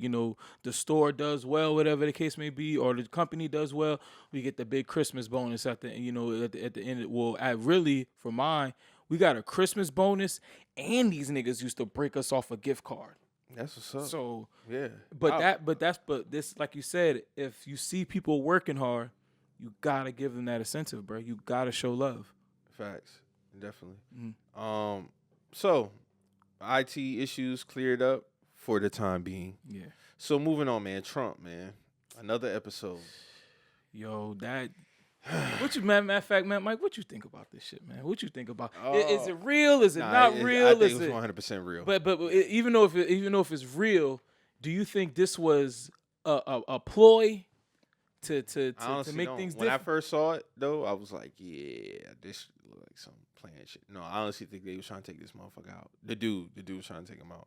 I don't know dog name, but they caught him slipping, and they was able to snipe his ass down. But this whole shit with Trump is just gonna give him more fuel to talk the shit that he talked, and he survived. And it's just so crazy. His head moving at a certain point, because had he still been right here, the bullet would have entered like right here. Oh yeah. But when he did that little head movement when he was talking, and it just grazed his ear, saved his fucking life. That shit is crazy, bro. I mean, but you gotta also look at it from like the dude who tried to snipe him. Some people could be saying, it could be a situation that this is just one crazy person, or was this person sent by somebody? I don't see a lot of people trying to sacrifice themselves to do no assassination on the president, bro. So you think he was? You got to be wired different. No, I think this was individually thought out. You think so? 100%. All right. I don't see a lot of people signing up to take out the president, bro. But that's my thing. If you're not signing up to take out the president, I feel like you could. Yeah, that's a good theory. Not former president. So some people are wired different, or could this nigga be a part of something else that we don't know about? He could be, but when it comes to politics, everybody's gonna have that notion. I truly believe this is somebody who acted alone and just crashed out. That's a possibility. I mean, but I'm not exiting. I'm not closing the door to any other possibilities, but I think this is a motherfucker crashed out. Because for me, it could be that. Because if you look at it, he follows. I mean, he was a white guy. He is the typical. If you wanted to have the prototype of a person who would do a mass shoot or whatever it may be, he fits the prototype. He was a guy who was bullied, 20 years old, young, shit like that. He fits the mold. But I also think that if there's no political ties to this shit, then what is this, like you said, it crashing out? What is it really for though? Like, because you're trying to assassinate a former president. I mean, even if Trump wins, he has a. I mean, you think it's a foregone conclusion now? Yeah, it's a foregone because they're behind Brett now, and then I'm also hearing some shit where Joe Biden might not even like run again or some shit like that. Kamala be the one running. I heard, but they're not putting her as vice neither. I heard he would elect somebody else. I don't know if this is true or not. This is what I heard, but for Dog to try to snipe Trump and have because they didn't bring up anything as far as a political tie or because typically they leave clues like on Facebook, really Facebook, they leave an ass of clues. Typically these people, if they're from like a racist party, like fuck that nigga Dylan Roof, but for somebody like a Dylan Roof, he had traces of the racism, his racism on these certain things. Typically, those type of people leave those type of trails. So that's why it's kind of funny to me because this guy didn't have anything like fuck the Republican Party or fuck Trump or anything like that. They said the last search on this nigga phone was just porn. Mm-hmm. So it's like I'm trying to figure out what's the angle, what's the motive, because typically people have motives and they usually leave trails of that motive, whether like you said, why he wanted to do it. Why he wanted to do it. Typically, like I think he was just somebody who wanted to make a name for himself. He probably genuinely hated Trump. Might have. If he was part of some type of organization, it remains to be seen. But I think he acted alone. Okay, I can see that. But Trump, this ain't gonna do nothing but embody him. Mm-hmm. Boost him up, boost up his ego. I mean, you saw it when he got up. He raised the fist up. You got the picture flag right in the fucking background. Yeah. How ironic, it's just a person. A lot of people are thinking like, what the fuck is going on? But this is just gonna propel him even more. He didn't get taken out, and it's like, so now he running around like he Pac. Yeah, some people feel like, oh, a bullet didn't graze him, glass pipe, whatever the case may be. The motherfucker got cut. Somebody shot multiple times because there was an innocent bystander that died. Yeah, I seen that. He had a family. He had a wife and a son. He died, so RIP to him. Condolences to his family. You had a couple of other people who were injured, but because he let off like 5 shots before they sniped him down. Damn. You get what I'm saying? So, hey, man, it's more crazy shit that happened. I don't even think we seen the tip of the iceberg, bro. That's crazy because election is literally in November. It's July, like 3 or 4 months. Mm-hmm. So August, September, October, November. It's about to get even more wicked. We might see even some more wicked shit. But I don't know how the fuck is Trump gonna be president and he got a felony, bro. He's been. He's not gonna do no jail time. Yeah, he's not gonna do no jail time. But you can't run with a felony. Yes, you can. You could be president with. So you can vote. You can't vote with a felony, but you can Crazy. run in Crazy. America's backwards. It's been backwards, bro. I mean, it's its inception. Yeah, since its inception. Look how they became America. They stole some shit. Yeah, pretty much. The Native Americans are very. When I say funny, I mean funny in terms of how they just allowed. You know what, bro? Y'all got it. Because now if you have a lot of you still have some preservations. Yeah, and the government be cashing them boy out for that shit. They don't got to pay taxes. Yeah, that's kind of like hey, our bad, but hey, you don't got to pay. All right, bro. Well, we'll give you all this land though. You can have this. You ain't got to pay no taxes. But just let us rock out. So America has always been backwards. Always since like this technically ain't America. It is America, but it ain't. Yeah. It's not the America that we think. Some shit. Yeah. Y'all came from Europe because you was lost. You didn't know where the fuck you was at. You came over here. These motherfuckers try to be, cordial. You give these niggas fucking smallpox. Then we get in the war. That was the first war. You took the motherfucking land from the original Indians. You get what I'm saying? Then you know what you have? you have a war with Europe because you like, nah, fuck that. We ain't living under y'all rules. We over here now. We doing our own thing. We had that's a revolutionary war. Then after that, you know what happens? Y'all motherfuckers won't fight over slaves. Just think about the reasons behind a lot of these wars for a second, bruh. So you got tired of getting bullied when you first got over here from the Europeans, and you had a revolutionary war. Y'all, yeah, we rose up. Nah, man, fuck y'all, nigga. We ain't gotta let y'all over there, bro. We making our own rules. Fuck y'all. Yeah. All right, so now we got the Civil War. Y'all fighting over motherfucking slaves and shit, north to south. Which is actually like that's crazy. Like in retrospect, that's crazy. Because one region was like, bro, why the fuck y'all not following protocol, bro? Yeah. You get what I'm saying? That's really what it. When you want to when you bring it up, that's like, bro, like, why the fuck y'all not following protocol, my nigga? Wait, why don't y'all want to enslave Down here, we got shit popping with the slaves. Up there, y'all, these motherfuckers go there, they can be free. What y'all got going on? It's fucked up, bro. You know what I'm saying? Like, shit is fucked up. Yeah.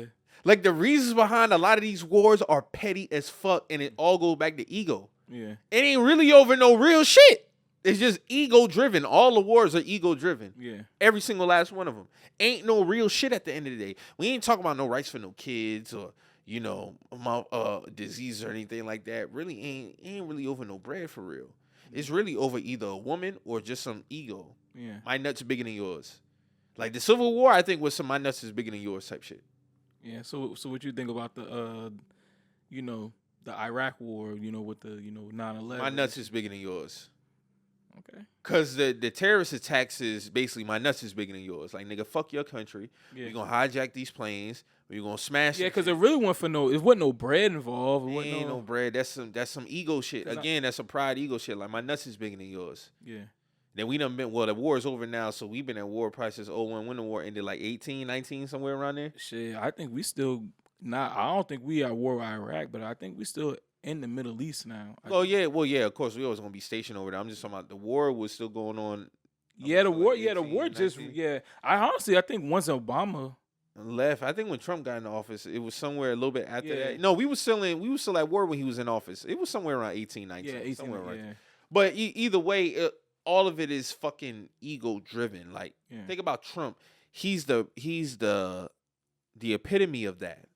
Yeah. You bruise that ego, you gonna get all those multiple sides of that man. And that's what people always feared about him being president. Like, oh, this motherfucker would take this shit to war. Like bro, that. listen, Like, money, women, oil are the three strongest pillars of the reasons behind war. But ultimately, it's ego. Yeah. But those are the main three. Like, think money, women, and oil. Oil ain't never going nowhere. Yeah. You get what I'm saying? That's why I don't be understanding the fights over that shit. But the thing is, what the fight over it is the control over the oil, because it'd be certain areas that have so much of it. Mm-hmm. So people want to take over. People want that. They want to be able to say, "Hey, we control this. We in and like niggas can't get no oil unless they come to us." Okay, so then what if the earth say, man, God forbid, of course. What if the earth just say, like, nigga, fuck y'all. Now nobody don't get shit. Then what? I don't know. I think then somebody will create some synthetic oil or some shit, and then we fight over that. That's one thing. We always gonna be fighting over something, bro. I get it. The earth got endless supply of like oil. I read some shit like when, like, if you was to look at when would oil run out, oil wouldn't run out until like millions of. I would have to look it up. And then also with the with the oil shit is, I know with Trump, I think what Trump was trying to do is he was trying to ban the electric car movement. He was trying to like fuck it up, because if he fucked up the electric car movement, then that would say then we could still go and Debo and Boss Hog the niggas over the oil. Here we go. So it's estimated that known oil deposits will run out by 2052. Realistically, we will never run out of oil because given the depth of the Earth's core, there will be new wells to discover. That said, it's highly unlikely that the practice of mining such depths will become economically unviable. Prices for fuel will rise as they always do, and ultimately we will look for alternative, cheaper means of producing energy. But see, that's another thing with the oil. Like I was saying, like we need control over something. So if we can get control over the oil, we control so many other aspects. So that's why we'll always be in a fight for that shit because it's such a valuable asset. If we could control the oil, we control so many other markets. And Okay, when we run out of gas, according to BP's Statistical Review of World Energy 2018, we will have 193.5 trillion cubic metrics of gas left, which will last anywhere between 90 and 120 years. Okay.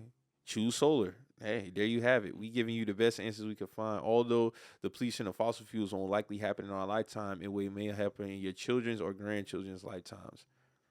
Solar, man. Solar is always. I see a lot of people transitioning to solar though. I mean, it's very efficient.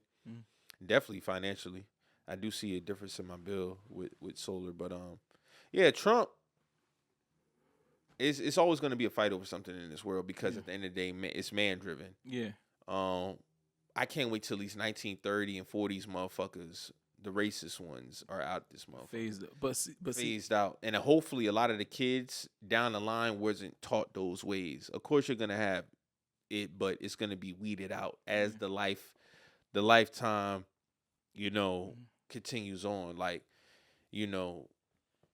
our parents' generation are the ones who are going to be, the ones in the offices when they're 60, 70 making these decisions. You get what I'm saying? Like, we talking about people born 1960. Then, okay, after that, you're going to have the people who was born 1990s, us. Yeah. Then you're going to have eventually ones who born 2000s making decisions. But, hey, so do you think that the world is going to be in a better place when it gets to the next generation? As far as I think it can be. It's all I want to. Yeah. If I had to make a prediction, I'd probably say no because of the convenience factor of work. You don't have to work as hard as you used to. Bro, and I'm trying to tell you, when it comes to, I see things down to customer service. When these little kids get jobs, bro, it wasn't like when I was when I was younger and I had kids because like when I was younger, bro, you know how it was, bro. We knew niggas who had jobs when it was like 14, 15, nigga worked at Well, we knew niggas who used to work at McDonald's, boy, pulling fucking work a whole 40 hours in a school week type shit. You feel me? So when you have kids now who don't really experience that or really don't have, or their work experiences, a little different because, I will give them this, they have a lot more ways to make money than we did. They have the internet. They have so many other avenues.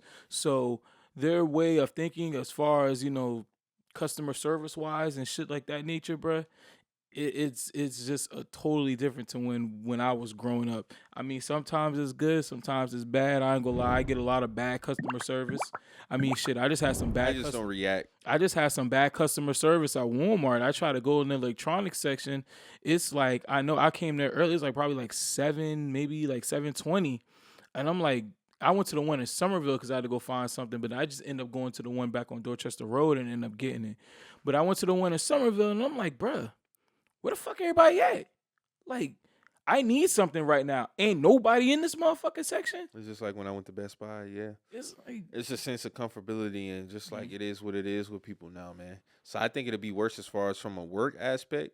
You're always gonna need the plumbers, the certified HVAC techs, engineers, architects. You're always gonna need those. Yeah.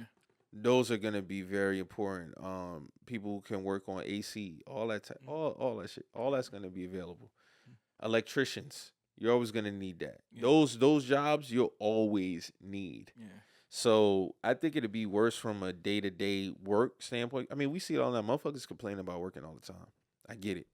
But I think we'll get to a balance as far as everything because I think. Of course, with the economy, I just seen somebody say, how you can reorder something that even if you ordered it 3 years ago, he had an order for like 45 items for 2022. It cost $141. He did a reorder for today, and the subtotal was $441. Shit. This is 2 years ago. But that's when everything started creeping up. Yeah. Like that summer 2022, interest rate shot up crazy. Damn. And I know because I refinanced my home 2021. I know. Yeah. So it's a completely different now. Completely different. Like you got to think the average rent is $2,000 now. Yeah, which This is just rent. And the crazy thing about that is the average rent is 2,000, but the minimum wage and nothing else has gone up. Bro. And the crazy thing also is with a lot of these apartments, niggas rents is $2,000, but if you even look at certain like, bro, a lot of apartments trying to tax, and the appliances ain't even up to date. Or it's a hole in the wall. Yeah, It'd be the size of this room right here or some shit like this. Like it just be like, bro, what am I? What are we doing? What am I paying for? Yeah, what am I paying for? I seen shit like, bro, damn, like houses. You're not finding even a house, and they be reeling people in on these IG reels. Mm-hmm. Oh, this house in Texas is $285K. Okay. Yeah, right. And then somebody trying to buy, you get hella DM. Somebody, DM me right now. 100 people probably trying to DM you. And I'll be let not have an open house. That whole block gonna be filled with cars. Yeah, and that's the thing that be what I be thinking about, like, all right, this is grand ass house for $200,000. Yeah, This is in Dallas, Texas. Now this is a popping area, my nigga. Like, come on now. Ain't no houses next to it neither. All right, you just all alone in this bitch. 200,000. Come on now, bro. You're getting a house for about $3. The average cost of a home, last time I checked, was like $400. That's insane. And you talking about that's in a residential. So imagine you on your land on land. The average home in America, I think, is like $400, bro. Yeah, I can believe that, That's man. insane. Back then, 2000, the $400K house was looked like as a mansion. And them houses look like mansions. They look like them. Now, today, it's just like your average single family home. Yeah. But through time, I think everything, it goes through they peaks and they valleys. So this shit gonna have to level off at some point. I don't think we'll get too out of control. I think, call me crazy, bro. I wouldn't be surprised if we ever saw $1 and some change again for gas. I didn't ever think we was gonna see $1 and some change around 2010, 11, 12, 13 when it was crazy. Yeah, that 2014, 15. When that shit got in the dollar range, I was shocked. Yeah, cause real shit, I was shocked. I was like, bro, we in a dollar range again? But we haven't seen that since then. So, but it's been kind of evening out right now, cause back in like I just seen premium for $4 something. But you got to think, back in 2008, 2009, regular gas was damn near $4. Was $4. We went through those peaks and valleys. Yeah, yes. You know what I'm saying? Summer 2010, regular gas got to like $2.80 something. Then 2014, 15 window, that's when we started seeing $1 and some change. And then we haven't seen $1 and some change. But since. that 2008, 2009 was ugly.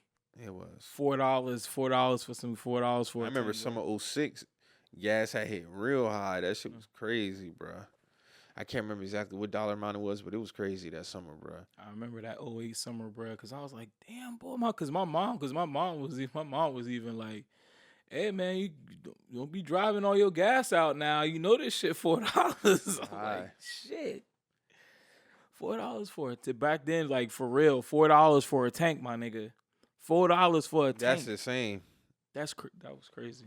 That shit used to take you a long way before, but now... Yeah, that's what it seemed. It seemed like gas back then used to last long. And nowadays, bro, you could fill your tank up, bro, and that shit have, depending on how you moving, that should have been going in a couple of days. You're cooked, bro. You're cooked. But I don't know. We'll see. November gonna be a wild month. It is, man. How you think RP? How do you think how you think we gonna? Cause right, of course, we always gonna see some shucking and driving around this time. So, excuse me, it don't make no sense for the average Black American to vote for Trump because he don't benefit you financially in no way. That's Republicans. Republicans don't give a fuck about the average American citizen. Period. They care more about the rich. So, especially tax wise, it don't benefit you to vote Republican. I'm not saying you got to vote Dems because Dems, they wave that carrot out in front of you the whole time. Do they have certain things in place that benefit you that make sense? Yeah, but going up for Trump, like this notion that Trump gave niggas money, like you niggas really need to do your fucking research. This nigga Maul kills me, bro. Like this nigga talking about the economy was in a better state. No, it wasn't, bro. No, it wasn't. Y'all, and it don't take long for y'all to research. What happened was Trump inherited a good economy. By 2019, due to the laws that he put in place, especially his tax law 2017, the economy started going down. He had a disapproval of the economy prior to COVID. So people think because COVID came and he put money in, like he put out stimulus checks, that was to stabilize the economy. It was already going down. Yeah. But a lot of motherfuckers don't know that. Yeah. Like, I don't know where y'all get this thing that the economy was in a good state when Trump was here. That's not what was going on. He inherited a good company and the shit was going downhill 2018, 19 prior to fucking COVID. That's what the fuck happened. So, the economy wasn't in a good state when Trump was in office, bro. That's not true. Yeah. Like, y'all niggas need to do y'all research, bro. That's not what was going on. And I'm gonna be honest with you, and I'm gonna say this to a certain demographic of niggas. Like, it's a certain demographic of niggas who just feel like, oh yeah, man, Trump broke us off. We straight. I was my nigga. You working at Best Buy? What you talking about? Like, he don't speak for you. And it's not the shit on you working at Best Buy, but no, like literally, he does. You working at Best Buy and you voting for Trump don't make sense. It literally don't. Because honestly, though, because the way this shit go, my nigga, your check is about to get triple whacked.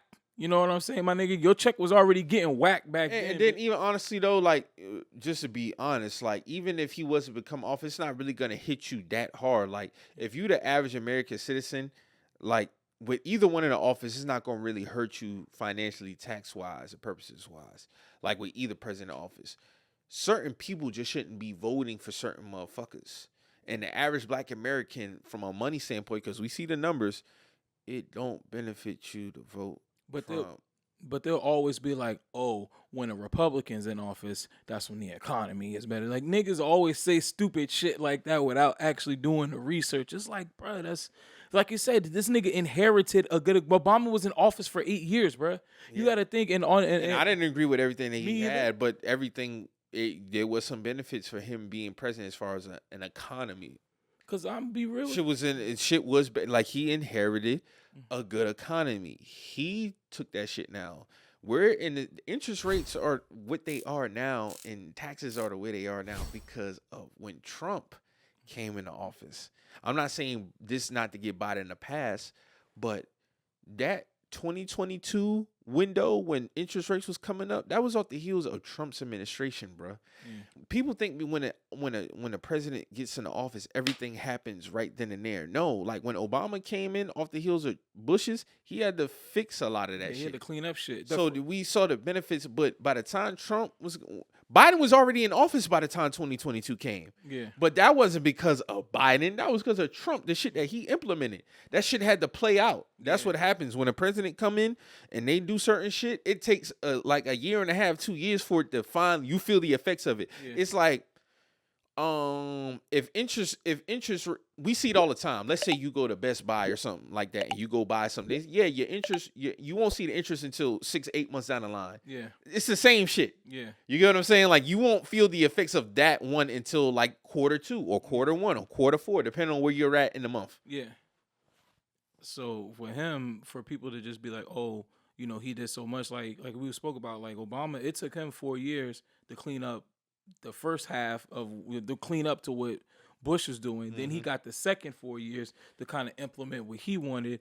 And, you know, I'm not the biggest Obama fan either, but I will show love to bruh because I know a lot of people who went to school off the heels of what he he did. I know people who, you know, might have had, you know, people who might have had assistance, medical issues. Yeah. And, you know, you was able to stay on your parents' Some people benefited. 25. Some people benefited from Obamacare, and a lot of people didn't like it. But Obamacare did benefit a lot of people. It gave people something. Like, you didn't have to worry about coming out your pocket for certain shit. Yeah. So, I get it. And, again, this is not me endorsing Biden. I'm not endorsing Trump. Both of them are motherfuckers, in my opinion. My thing is this whole niggas like, oh yeah, Trump didn't do shit for you. No, he really could give a fuck less about you. The reason why COVID went the way it did in this country because he didn't get out in front of it quick enough. Yeah. He didn't take the initiatives that other countries did. We wouldn't have been in the situation had he handled that better than what he did. So miss me with the stimulus check shit. He had no choice but to do that. Yeah. Because we had to get shut down for one. Because COVID was already going crazy over there. It was we didn't get out in front of it. Yeah, we didn't get out in front of it. We could have jumped in front of it before then. And like you said, once that happened, of course, now we got to stimulate the economy. But then we're feeling the after effects of that because what's happening? Mm-hmm. Everything's fucking going up.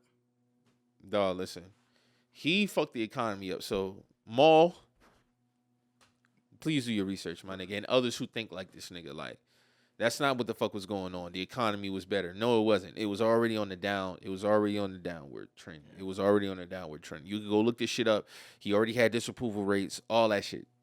Look up his 2017 tax law that he was implementing, bruh. All that shit is there, bruh. He took office January 2017, my nigga. Like, it's all there for you to see. It's all right there. So for that tax, not to cut you off, for that tax, was that more or less that was more for like the rich and things that he had a big tax? Yeah, and it's a trickle down effect. So of course you see a hike in like the middle American in the tax margin. Yeah. It wasn't a big effect, but it's a ripple effect again. And I'm not really too proficient in that area as far as his specific law, but I know it did have certain impacts. Yeah. When you have somebody who's a Republican, they do lean more towards the rich side. Yeah. So I understand when an athlete or somebody who's a billionaire, a millionaire want to vote Republican because it's beneficial for them for tax purposes and all that. Like, bro, like my job, they did some funny shit from my perspective. For them, it makes sense. Yeah. So we had 25 stocks that they gave us 3 years ago, right? Yeah. You couldn't do nothing with it till 3 years down the line. So our 3 years hit last year. Yeah. Because we got it 2020. So our 3 years hit last year. So they did was, your 25 stocks will now vest, which means they'll become available. You can do whatever they want with them. So you could take money out if you want to. Hold on. Let me tell you what these funny motherfuckers did. So what they did was the 25 stocks got paid out. They got paid out in the form of a payment, which means what? When you get something paid out to you, it's what? It's tax. Tax, yeah.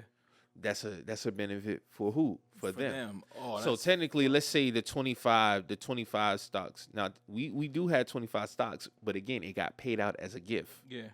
And it got taxed. So technically, a portion of that got taxed. So technically, we got about 14 stocks. Damn. So you can either keep the 14, but it wasn't the 25 that they initially gave us. They paid it out as a gift. That's so fucking. But I understand on their end from a business. It makes sense. It makes sense because when you tax it, they're going to get theirs. You know what I'm saying? And it's a write off. Bingo. They're going to get like. So they didn't just give us the 25 straight off the strength. Nah, they paid it out. Yeah, so they're going to get some of So theirs. you had to go into an account when it got paid out and went to an account. Mm-hmm. So it showed your dollar amount, but it showed how much of that, how many stocks is in that. Yeah. So let's say I'm just throwing a random number out there. Let's say it's $400. Yeah. That $400 accounts for 14 stocks. That's basically what it was. I'm just throwing numbers out there. Okay. So it wasn't the 25 because they paid it out as a gift and it got taxed. So that 25 got chopped down to 14 or 15. And they're gonna get. And now at this point, okay, you can do whatever you want, but we paid it out.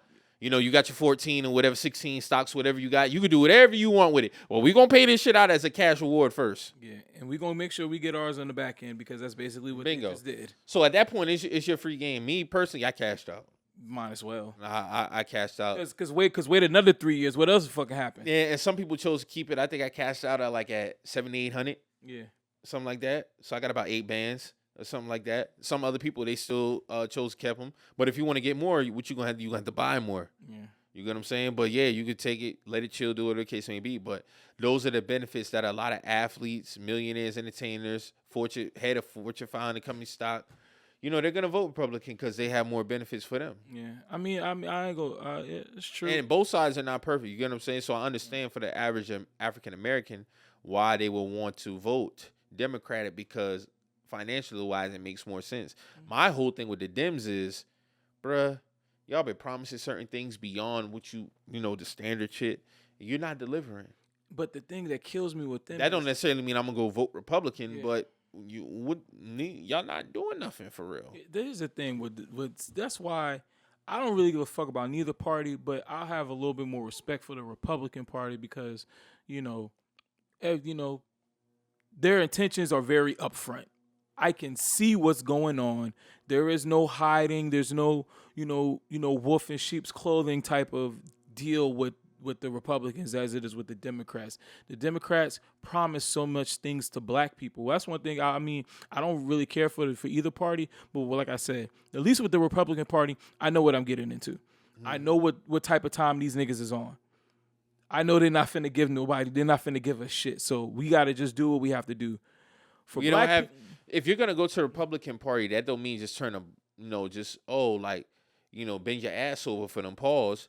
What the fuck are they giving you too? Yeah. My whole thing is, black people been fucking with the Dems for overall for 60 years, and we don't really got much to show for it. Honestly, we get all it is the lesser of the two evil.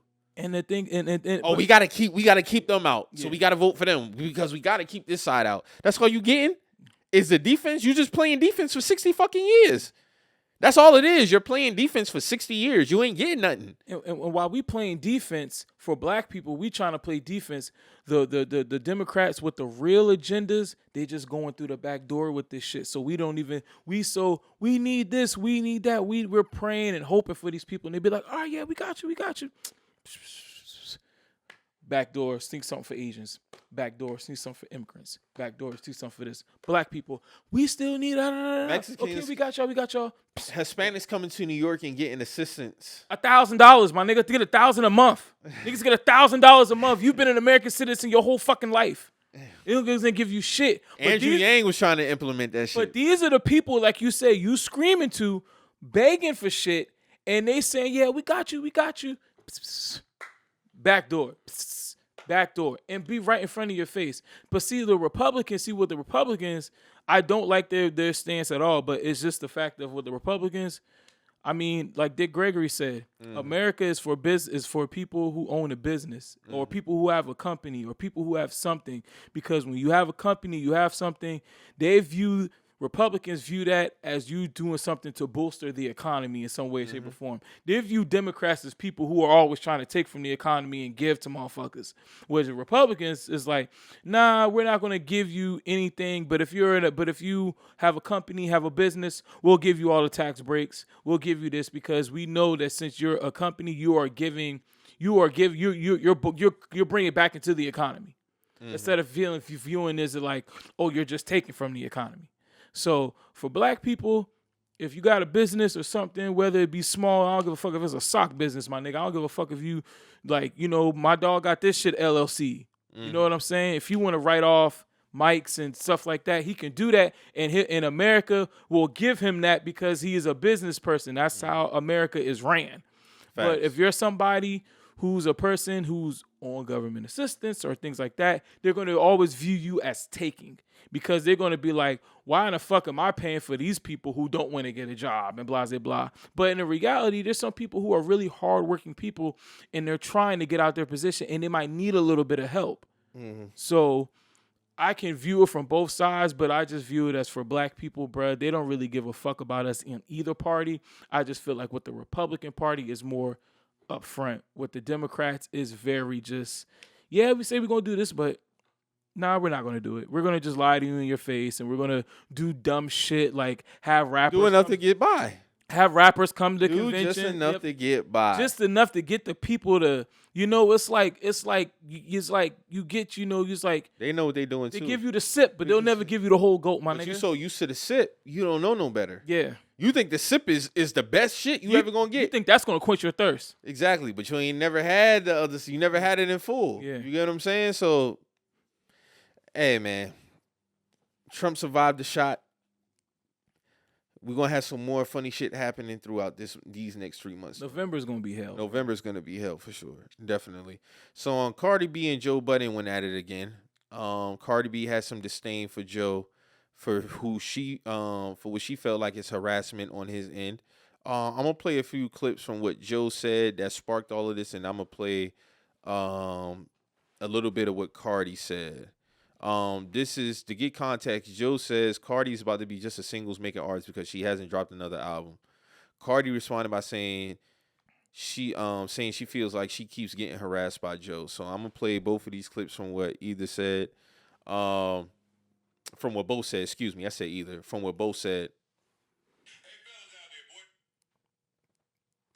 Big Rob on Friday. That's gonna be crazy, but that's what Cardi's about to be now. Just single artist. You're not getting none of that shit. I mean, you was right too. About what? About Atlantic wanting to put out an album. You was right. See, you be right sometimes about them wanting to put out an album. We don't care about none of that I shit. ain't spoken to nobody at Atlantic. I'm just be on a hunch. So you done went and got some information from somewhere. Let me just I'm sure somebody involved wants Cardi to put out an album. What? Yeah, of course they do. I'm sure Offset wants Cardi to put out an album. Hey, fellas out there, boyfriends, y'all know that feeling, right? When you want your bitch to get a job, you in the house, your bitch just won't leave. She's just in there on top of you, on top of everything, not giving you space. Let's cuddle. No. Yeah, no, get off my arm. My arm's sleep. Move. Go. Ain't you got an album to do?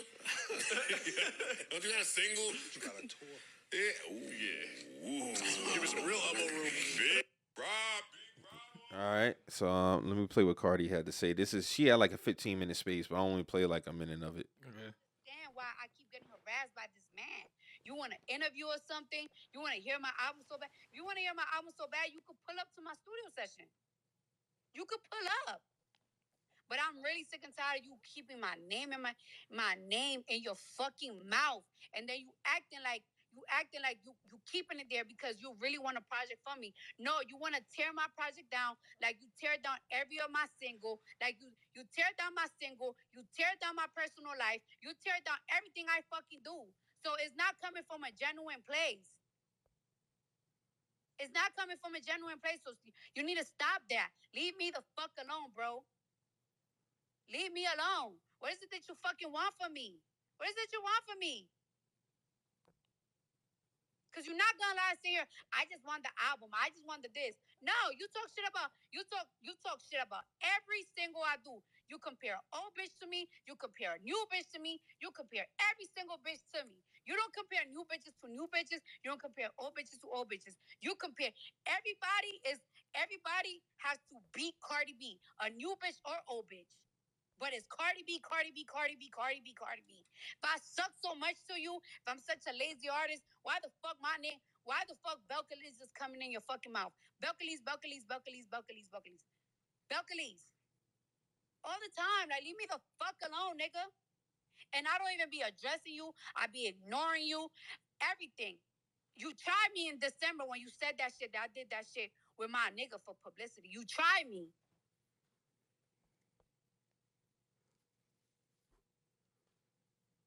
Really try me. And then you keep trying me. And keep trying me. And then you keep lying on me. You don't know nobody that's in my team. My team is smaller than my. Yeah, so that's a little bit what Cardi had to say. She had a lot more to say, but you get the gist. How you feel about that? I'm 100% on Joe's side, and I spoke about Cardi some episodes back, maybe a few months back. Cardi, your occupation is a rapper. That's what you do. That's what we know you for. That's what people grown to love you for. Your foundation of who you are is music. You're a rapper. It's not wrong for people to ask for an album from you. Now, I don't know you personally. I don't have nothing against you personally. I actually fuck with you. I give you a lot of praise. Joe has given you a lot of praise. This is not me on Joe Dick, none of that shit. I'm just calling a spade for somebody who's listened to Joe for years. He gives you your props. And I like some of your features. But 2018 was your last album. That's just the facts. You did very well with that album. Why wouldn't people want another album from you? Really ask yourself that, Cardi. Like, really ask yourself that. You go on this thing about you want to hear my album, come to the studio. I don't believe you have an album. This is not me saying you're a liar. I don't believe you have one. Because if you did, you would have put it out. But you keep telling us you're not putting one out. So what are you doing? If you just playing around and you making mock albums, just say that. If you not ever want to give us an album again, do that too. But all this stuff about, you want to shit on it. My nigga, you are a music artist at the end of the day. I don't give a fuck about your personal life. I don't even give a fuck about your business ventures, even though I believe, like, I've said this on the podcast. You are a great businesswoman, but that's not what I know you for. I know you for music, and I don't need to know all your business dealings. That's your business deals that you put in place to better your family. That's fine. But at the end of the day, this is an art form, And what you do is you rap. And when you do that at an elite level, you do it at an elite level. That's why people want the album from you, because they know you're capable of a certain level of artistry. So it's not wrong for people to ask for an album from you. That's it. You keep getting on this thing about all we gotten from you over these last few years is IG live rants, Twitter rants, back and forth with fans. And it's the same cycle. And you go in the same cycle again. IG rant, live rant, Twitter rant, and more back and forth. The same revolving door over the last in a feature. That's the revolving door for you. That's just reality. And again, you have the capabilities of being a great artist. Now, if you just don't want to rap no more, then my nigga save that. But I mean, that's fine. But save the extra shit. Save it. I'm not. The jig is up, Cardi. Sorry. Oh, yeah. The jig is up. The jig is up. Niggas just want an album from you. That's it. It's been 6 years. That's it. And this is just being fair, giving my fair, honest assessment. And there's nothing wrong with people wanting an album from you. And if you don't want to do that, just completely dead and say, that's it. I'm not putting out more albums. All you're going to get is features from it. And then we can just judge it like that. But all this extra shit, I ain't with it. It seemed like album critique is one thing, but I think she's starting to feel like it's getting to a point where it's personal. But I mean, personally, I never really heard Joe say anything about her personal life like that. I don't really. I'm not gonna say Joe is right for saying that the publicity stunt between her and Offset was cool, because it's not. Yeah, that's not. But what I will say is, again, as a listener of Joe has given that girl immense flowers. Okay. Immense flowers. Some people may feel it's backhanded. I don't feel it's backhanded. Joe being backhanded is what he do with Drake. I feel like that's backhanded. I don't feel like he be backhanded with Cardi. And also with Cardi, I think what Cardi is, she's just in this position because how things happen so fast for her. How 1 minute you're on Love and Hip Hop, then you do a She's really the biggest artist to blow from Love and Hip Hop. And then all of a sudden, boom, you're kind of thrust into this shit. But this is the thing between this is a thing of somebody who kind of got their success a fly by night, and somebody who kind of had to work for the shit. When you have to work for it, when you are an artist and you put out projects, and you might have put out your first project, might not have been, it might have been cool, but you're not getting that recognition. And then as you continually build and build and build, and then you have that point where it pops. And you gain a whole new audience and a whole new fans and things of that nature. And then once that pop happens, a lot of people, you might stay on that continue rise. And some people, they kind of level out. And even if you level out, you still got your core audience from when you put out them first couple projects that may have not known you from when you, blew up. So now you still got that foundation has never stayed. Has never left. And it only has done is just grow. So even when you do level out, there's gonna have some new fans who might have been a fan of just that project, and they probably fall off. And then you got some people who are fans of that project, and they go back and look at all your old stuff. And then you got people who were once fans who maybe, if your style or whatever switched up, might be like, oh, all right, this person then went pop or whatever the case may be. They might fall off with you, and you have some people who ride with you. But either way, your foundation is going to be. You're still going to have a foundation. With Cardi, she got it so fast that there was no foundation put. So that's why it's such a loss for her. Like there's no foundation. There's nothing to go back on. There's nothing to really kind of hold on to. So right now it's like a major roller coaster, and it's a super major drop because there is no level. There's no ground. Like there's no ground for her. It's strictly, when you start off at number one, my nigga, is what goes up only naturally goes down. But if you start off at the bottom, creep your way up to the top in this music shit, have a level, might drop a little bit, you know what I'm saying? Might have a little, people might say little things, but your foundation, your base will always still be there. You'll still always be there to do. That's why there's niggas who've been out for 20 years that can still always do a show. Who can start. If you realize all the artists who we knew who blew up fast, they died out fast. Mhm. They never stayed around. The people who had some type of longevity, they naturally had a natural progression of getting there. And then with Cardi, I always said this, bruh. She might rap for fun, but that ain't who she is. Like, I was talking to somebody about this earlier. I'm like, bruh, you could tell rap is what Nicki Minaj is. Hip hop is what she is. Even somebody like a Lotto who's been doing this since she's been 12, 13. That's her. That's her as a genuine person. She is, how Lil Wayne be like, I am music. That's them. They started out of you could tell there's a direct passion to do this shit. I always say what you want about Nicki. I don't agree with a lot of shit that Nicki She's still the GOAT, bro. But she's a rapper's rapper. She's a rapper's rapper. She's a rapper's rapper. We saw her from Come Up DVDs to now. She's still a rapper's rapper. Her still. You can document her rise. You know what I'm saying? We saw this, like you said, we saw the impact. Going to school, seeing her, hearing certain songs from Nicki being on certain projects, her creeping up. Then Nicki's on the Monsterverse. Now she, you know what I'm saying? You can see the progression of an artist. She genuinely loves to rap. Yeah. She didn't get into it just to put out a single and blow up and that happen. Even if we want to take it to somebody like a Lauryn Hill, for instance. Lauryn Hill, people say she had that one album and that was it. But Lauryn Hill still had a lot of work with the Fugees.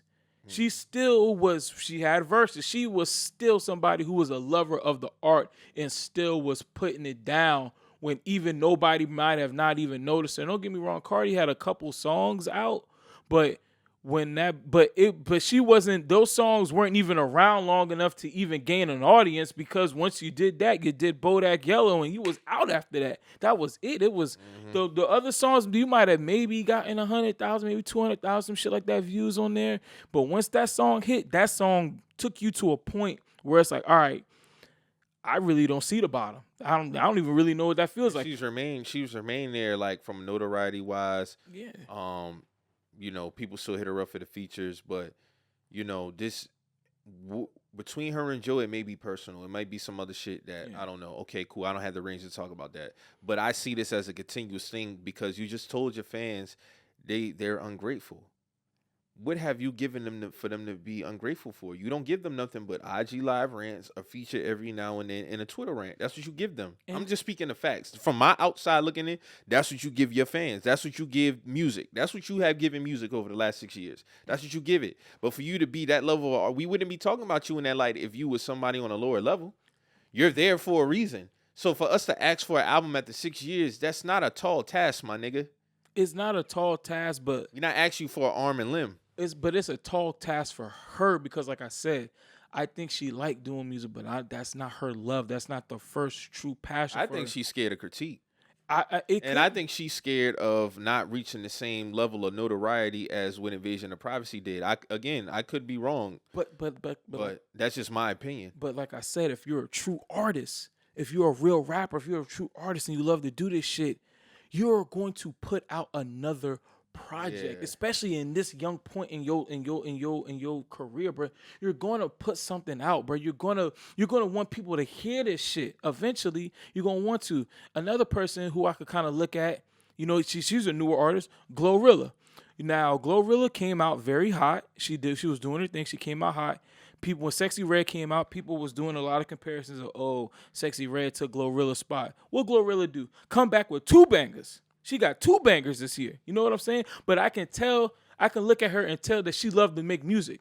Mm-hmm. And people who love to make music tend to genuinely find it. Mm-hmm. It don't take them boy 8 years. It don't take them boy one album. And they might record just 6 tracks just because see what sticks. And see what sticks. And then they will have, and then as an artist, like Erykah Badu said, I'm an artist, I'm sensitive about my shit. But like I said, if you're a true artist, you will let that work come out, because eventually you're going to want that work to breathe. And I said this, and I'm going to continue to say it. This don't go for just the artists, music artists. This go for athletes too. Yeah. I don't get to just praise you. I'm speaking for me in terms of how you receive it. I don't get to just praise you. With me, speaking for me, you're going to get both sides. Now, for the most part, if you consistent, you might not get a lot of critiques from me, depending on what your output it look like. Yeah. I might not have to critique you. Yeah. But I don't give a fuck if you give me 5. If you give me 1, that's bad. I'm going to critique it. That don't got to speak for your overall. Yeah. That don't got to speak for your overall. Again, it don't got to speak for your overall. Because what I hate is I hate when artists and athletes always pick out the time where you critiquing them. Yeah. And it may be a consistent critique because they're due to your output. That may be warranted. Mm-hmm. But I don't give a fuck. Find the times where I praise you too. Yeah. And that's what I don't like. Mm-hmm. It's never really been a time where I seen Cardi even post a time where Joe praised her. Yeah. And if she feel like it's backhanded, okay, cool. But the fact of the matter is that's between y'all. I seen this man praise you multiple times. And the reason why I feel so passionate about it is because, like, you know, me and Joe, we do the same shit. Yeah. Like, we've been doing this podcasting thing. And it always goes back to you a failed rapper. I look at it like for somebody like me as, not personally, but it's the equivalent of, oh, you never played. You never rap. It's the same shit. Y'all always run to that. Joe was a great rapper. They didn't work out for him how he wanted to. Mm-hmm. But Joe has a good ear for music. He gets good reviews. Like, he's just not somebody out here talking out his ass. Like, when it comes to this music shit, the man know his shit. Yeah. And at the end of the day, a lot of this music gets subjective, but for somebody who's been there, because again, and I say this all the time, I don't give a fuck what Joe rank as the best album of all time. I ain't going to agree with him. Yeah. But I'm going to listen to him because I respect his view. That don't mean we got to agree. Yeah. So when I hear him talk on music topics, that's not somebody who's talking out their ass. Yeah. You get what I'm saying? So you can't, y'all love to run to this thing where, oh, he failed as a rapper. But my whole thing is, I don't understand that shit. Even if bruh failed as a rapper, he was still in the music business. He still knows the music game. And even if he failed, bro, Joe was a great rapper. So it's not like this some whack ass nigga who fell. Like, bro, Joe was a talented rapper, bro. He put out great music. You know what I'm saying? You know, mood musics and, you know, padded room. Like, Joe has some, and he can afford to say certain things because, for one, you've been in the music industry, and two, you were a good rapper in the music industry. So, you know, and, you know, even if somebody, because, like, let's say if she was being criticized by somebody who may not have been the best rapper, but they've been in the game for a certain amount of years, and they've laid their you know, their groundwork down. So at the end of the day, even though he might not be as successful as her on a certain end, the respect level still gotta be there because bruh do know what he talking about. And the thing with basketball is, it's like with athletes, it's like, oh, you've never played the game. You don't know what it feels like to be, you know, quote unquote, you know, in the trenches, or, you know, when you're down by such and such. But my nigga, if I didn't watch this game for a period amount of time and I didn't did the research, I don't really gotta play to know certain shit, bruh. I just gotta be knowledgeable. We all have eyes, and we all have eyes. It's like, you know, be knowledgeable of what you watching too. Like, it's both. I don't gotta play the sport. We got NFL GMs, NBA GMs who never played, who making very important decisions. They making draft picks. They making free agency moves. They ain't never played the game. This shit go back to music, and music is more so subjective when it comes to sports. You get what I'm saying? Like, you can actually provide a fact. At the end of the day, yeah, music is subjective. It's all about how you feel about the music. But she has to stop, bro. Like, it's getting, like, I've been peeped to play. Like, my nigga, I don't have a beef with you just wanting to be a feature artist. But all this other shit, it's cap. And if you're going to be a feature artist, bro, just be that. Like, if you... Stop teasing with this fucking album shit, bro. Why you talking about come to the studio if you want to hear my album? You're not putting the bitch out. Why the fuck what are you talking about? Yeah. So why would I want to hear it if you're not putting it out? Like, stop playing that. But see, that's what she do.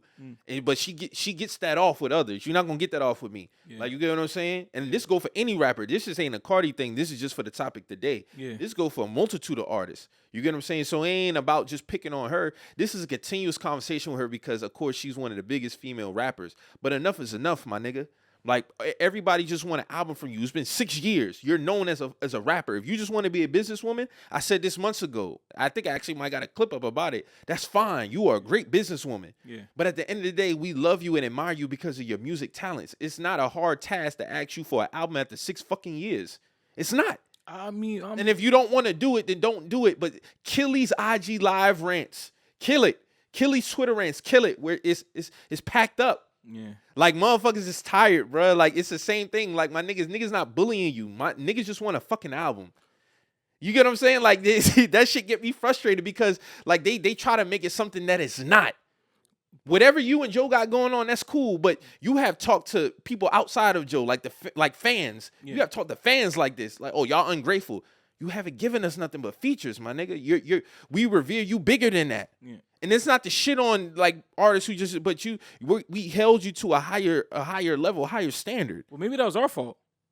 Maybe that was our fault. Maybe that was our fault as the fans and the consumers.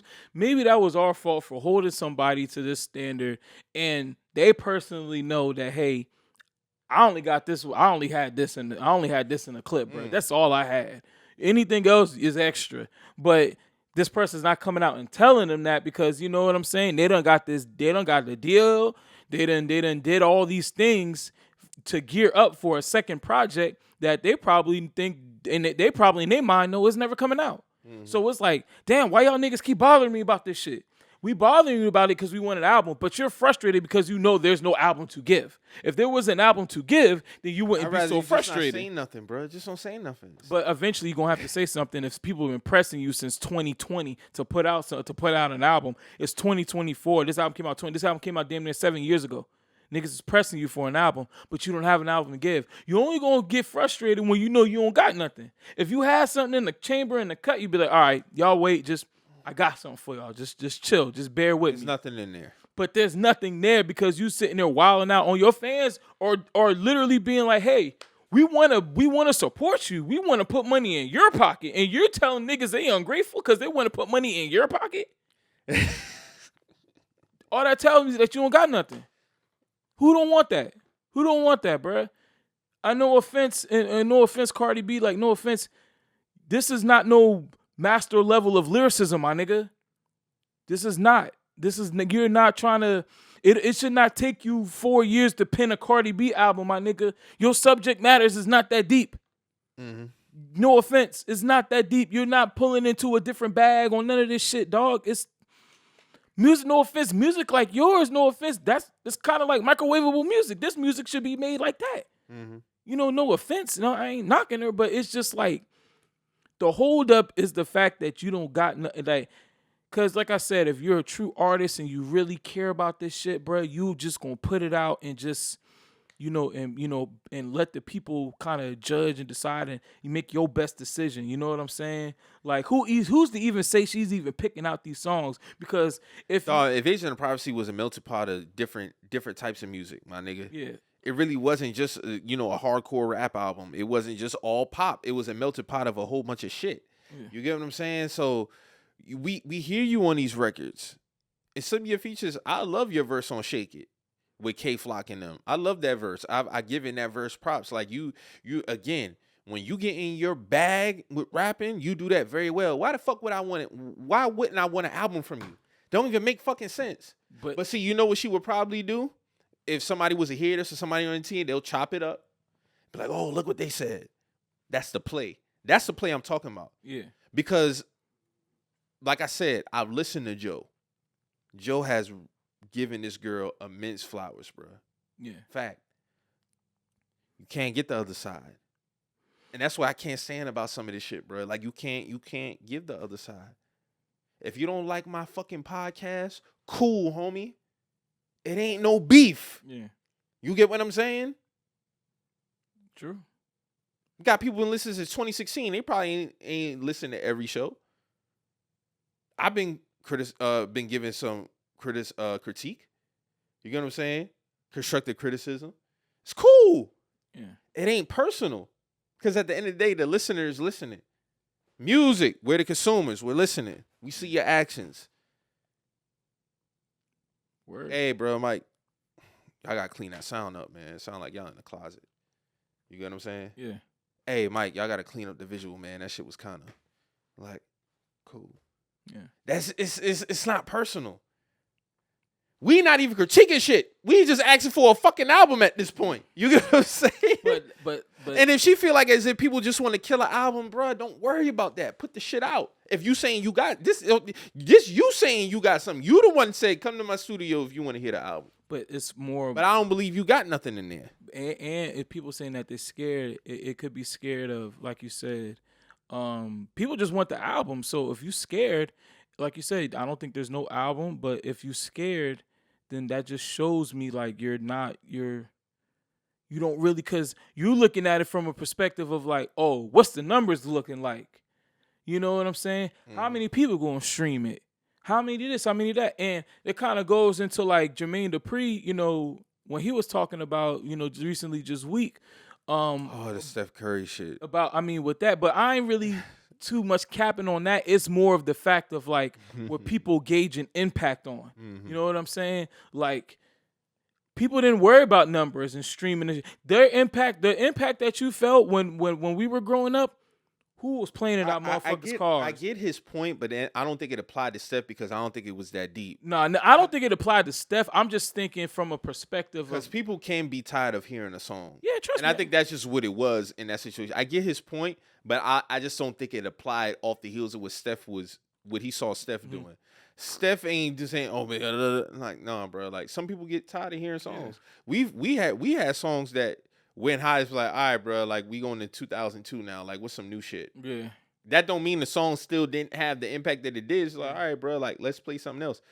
I got tired of Country Grandma at some point. I ain't gonna lie. One song I really got tired of. Country Grandma I still play today, but at a certain time. Yeah, you was in like, 2000. You was It's like, all right, bro. Like, it had its run. Yeah.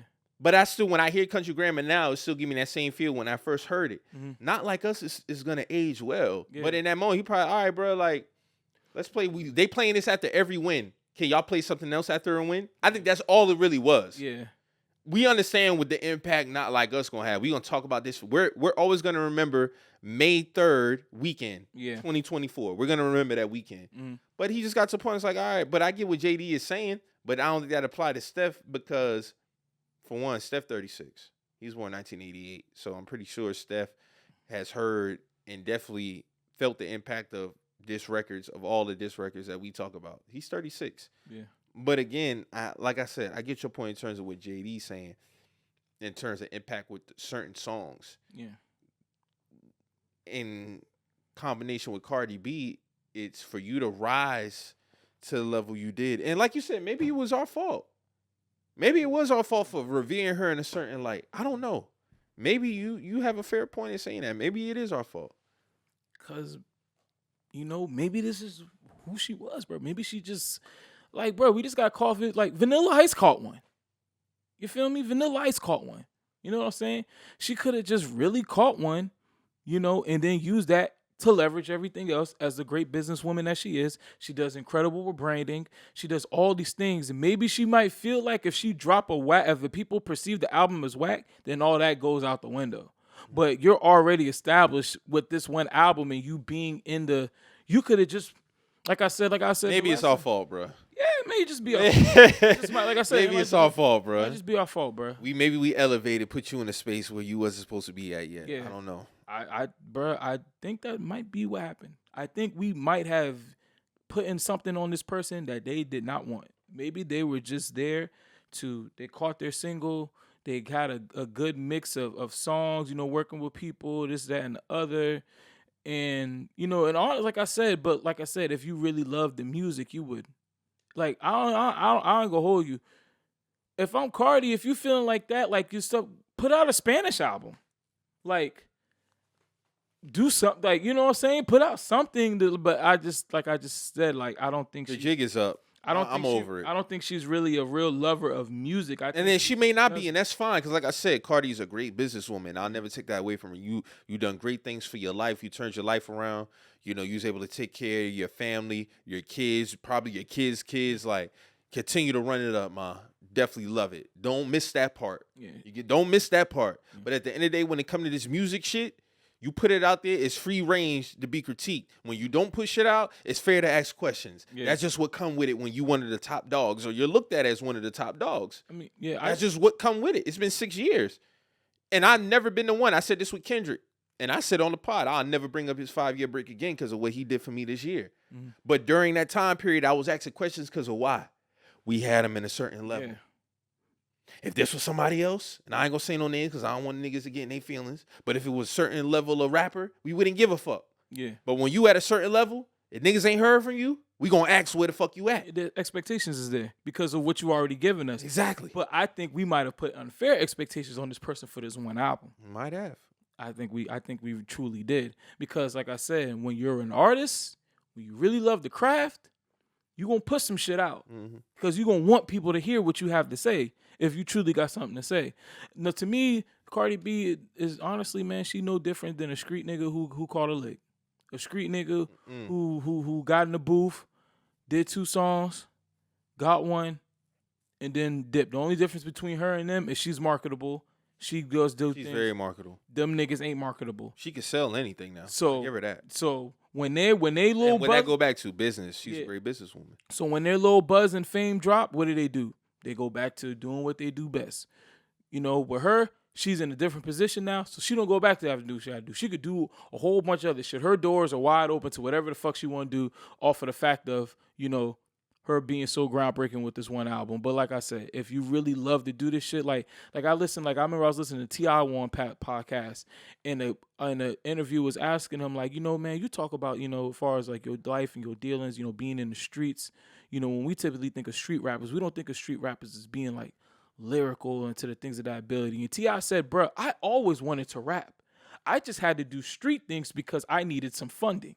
But I always wanted to do this. He was like, since I saw Crisscross, I always wanted to be a rapper. I had always been rapping. I always wanted to be an artist. This is something that I dreamed of. So you got people like T.I. is a rapper's rapper. That's what I'm saying. And it makes sense because this nigga is a really dope Great rapper. Great rapper. It only would make flow, lyricism, bar, all of it. So when I heard it, that's what made me the difference. Like, okay, he always wanted to do this. He's not some guy who's just a street nigga who just be like, you know what? Nah. You can hear it. You can hear it. He's a great fucking rapper. You can hear it. You feel me? And that's what and most rappers who they genuinely, and most of the great artists love to do it. Even people might talk about, you know, I know Jeezy was a big thing as far as about him rapping, but I could tell he loved rap because he always, his skill set. And he got better as time went on. Yeah. You know what I'm saying? So it's certain people that I can tell, like, bro, this nigga, he love rap. You know, he loves to do this shit. You know what I'm saying? There's certain people who didn't do that. Like, no offense, you know. Kanye's a rapper's rapper. It's a rapper's rapper. Like, no offense. I grew up off Master P. I love Master P. Master P is not a rapper.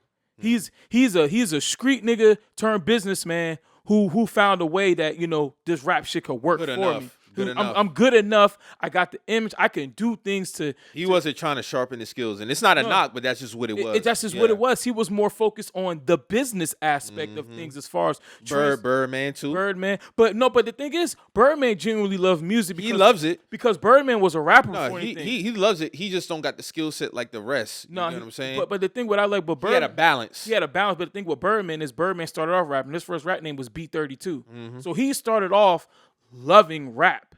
He might not have been the coldest rapper, but he loved. Same thing with Pimp C. Pimp C always used to say, bruh, I'm not the coldest rapper, but I love music. I love this rap shit. And the way I present myself on the microphone. You don't got to be the best rapper, but still love that rap shit. You know what I'm saying? But how he presents himself on the microphone, the type of swag he on the mic, the stuff he's saying. And Pimp C, to me, Pimp C was a dope rapper to me because I always felt like he had one of the best rap flows ever. You know what I'm saying? In my opinion.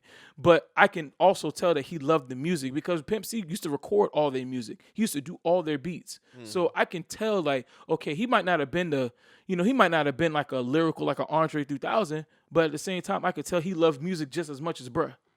I can hear it in them. And there's some people you'd be like, because I bring this up because I was watching the interview with Rollo. He just came home. He said his worst investment was rapping. And his first investment was rapping because, no offense, that nigga sucks. And he was never trying to be good.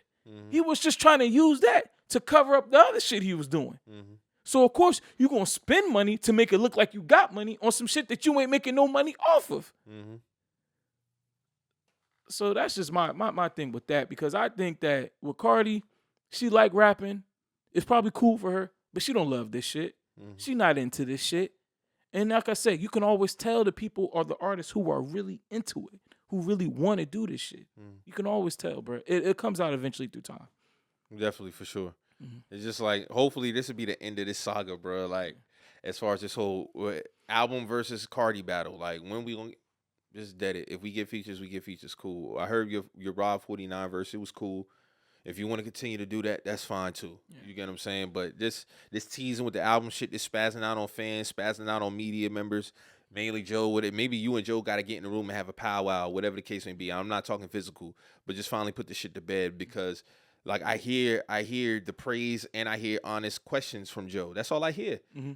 You get what I'm saying? Granted, she can feel however she want to feel, but I feel like she's trying to use that to cover up the fact that you're just not putting out music. Yeah. You're just not putting it out. But, I mean, out of all those singles, Mike, which ones you feel have stuck?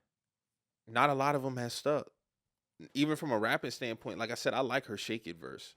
I love that verse. Like, that's some of her best rapping. Like, she was flowing on that shit. Mm-hmm. But, like, that was, 2022, 2023? Mm-hmm. So, other than that, no. So, and like I said, had Cardi been at a certain level, we probably wouldn't give a fuck. But you're Cardi B for a reason. Yeah. But maybe we should revere Cardi B in a certain light and not in this rap shit light. Like you said, maybe it's our fault, bro. I don't know. It's unfortunate. Because like I said, I fuck with Cardi. I want to hear music from you. And it's not want to hear to kill your shit. It's never that. I don't know why they be so defensive with that shit, bro. Because like you said, art is subjective and people are very sensitive about it. But if you, like I said, if you love the craft, you're going to put something out. I don't give a fuck how old you are. I don't give a fuck what. Bro, Common and Pete Rock just put out something. Come on now. Common and Pete Rock just put out a great album at that, a good album at that. I listened to it, a good album at that. So if you genuinely love this shit, or people say Andre 3K. Andre 3K puts his verses out here and there. He transfers. He wanted to play instruments, but either way, he's being creative in some light. You know what I'm saying? He's creating. He's putting something out.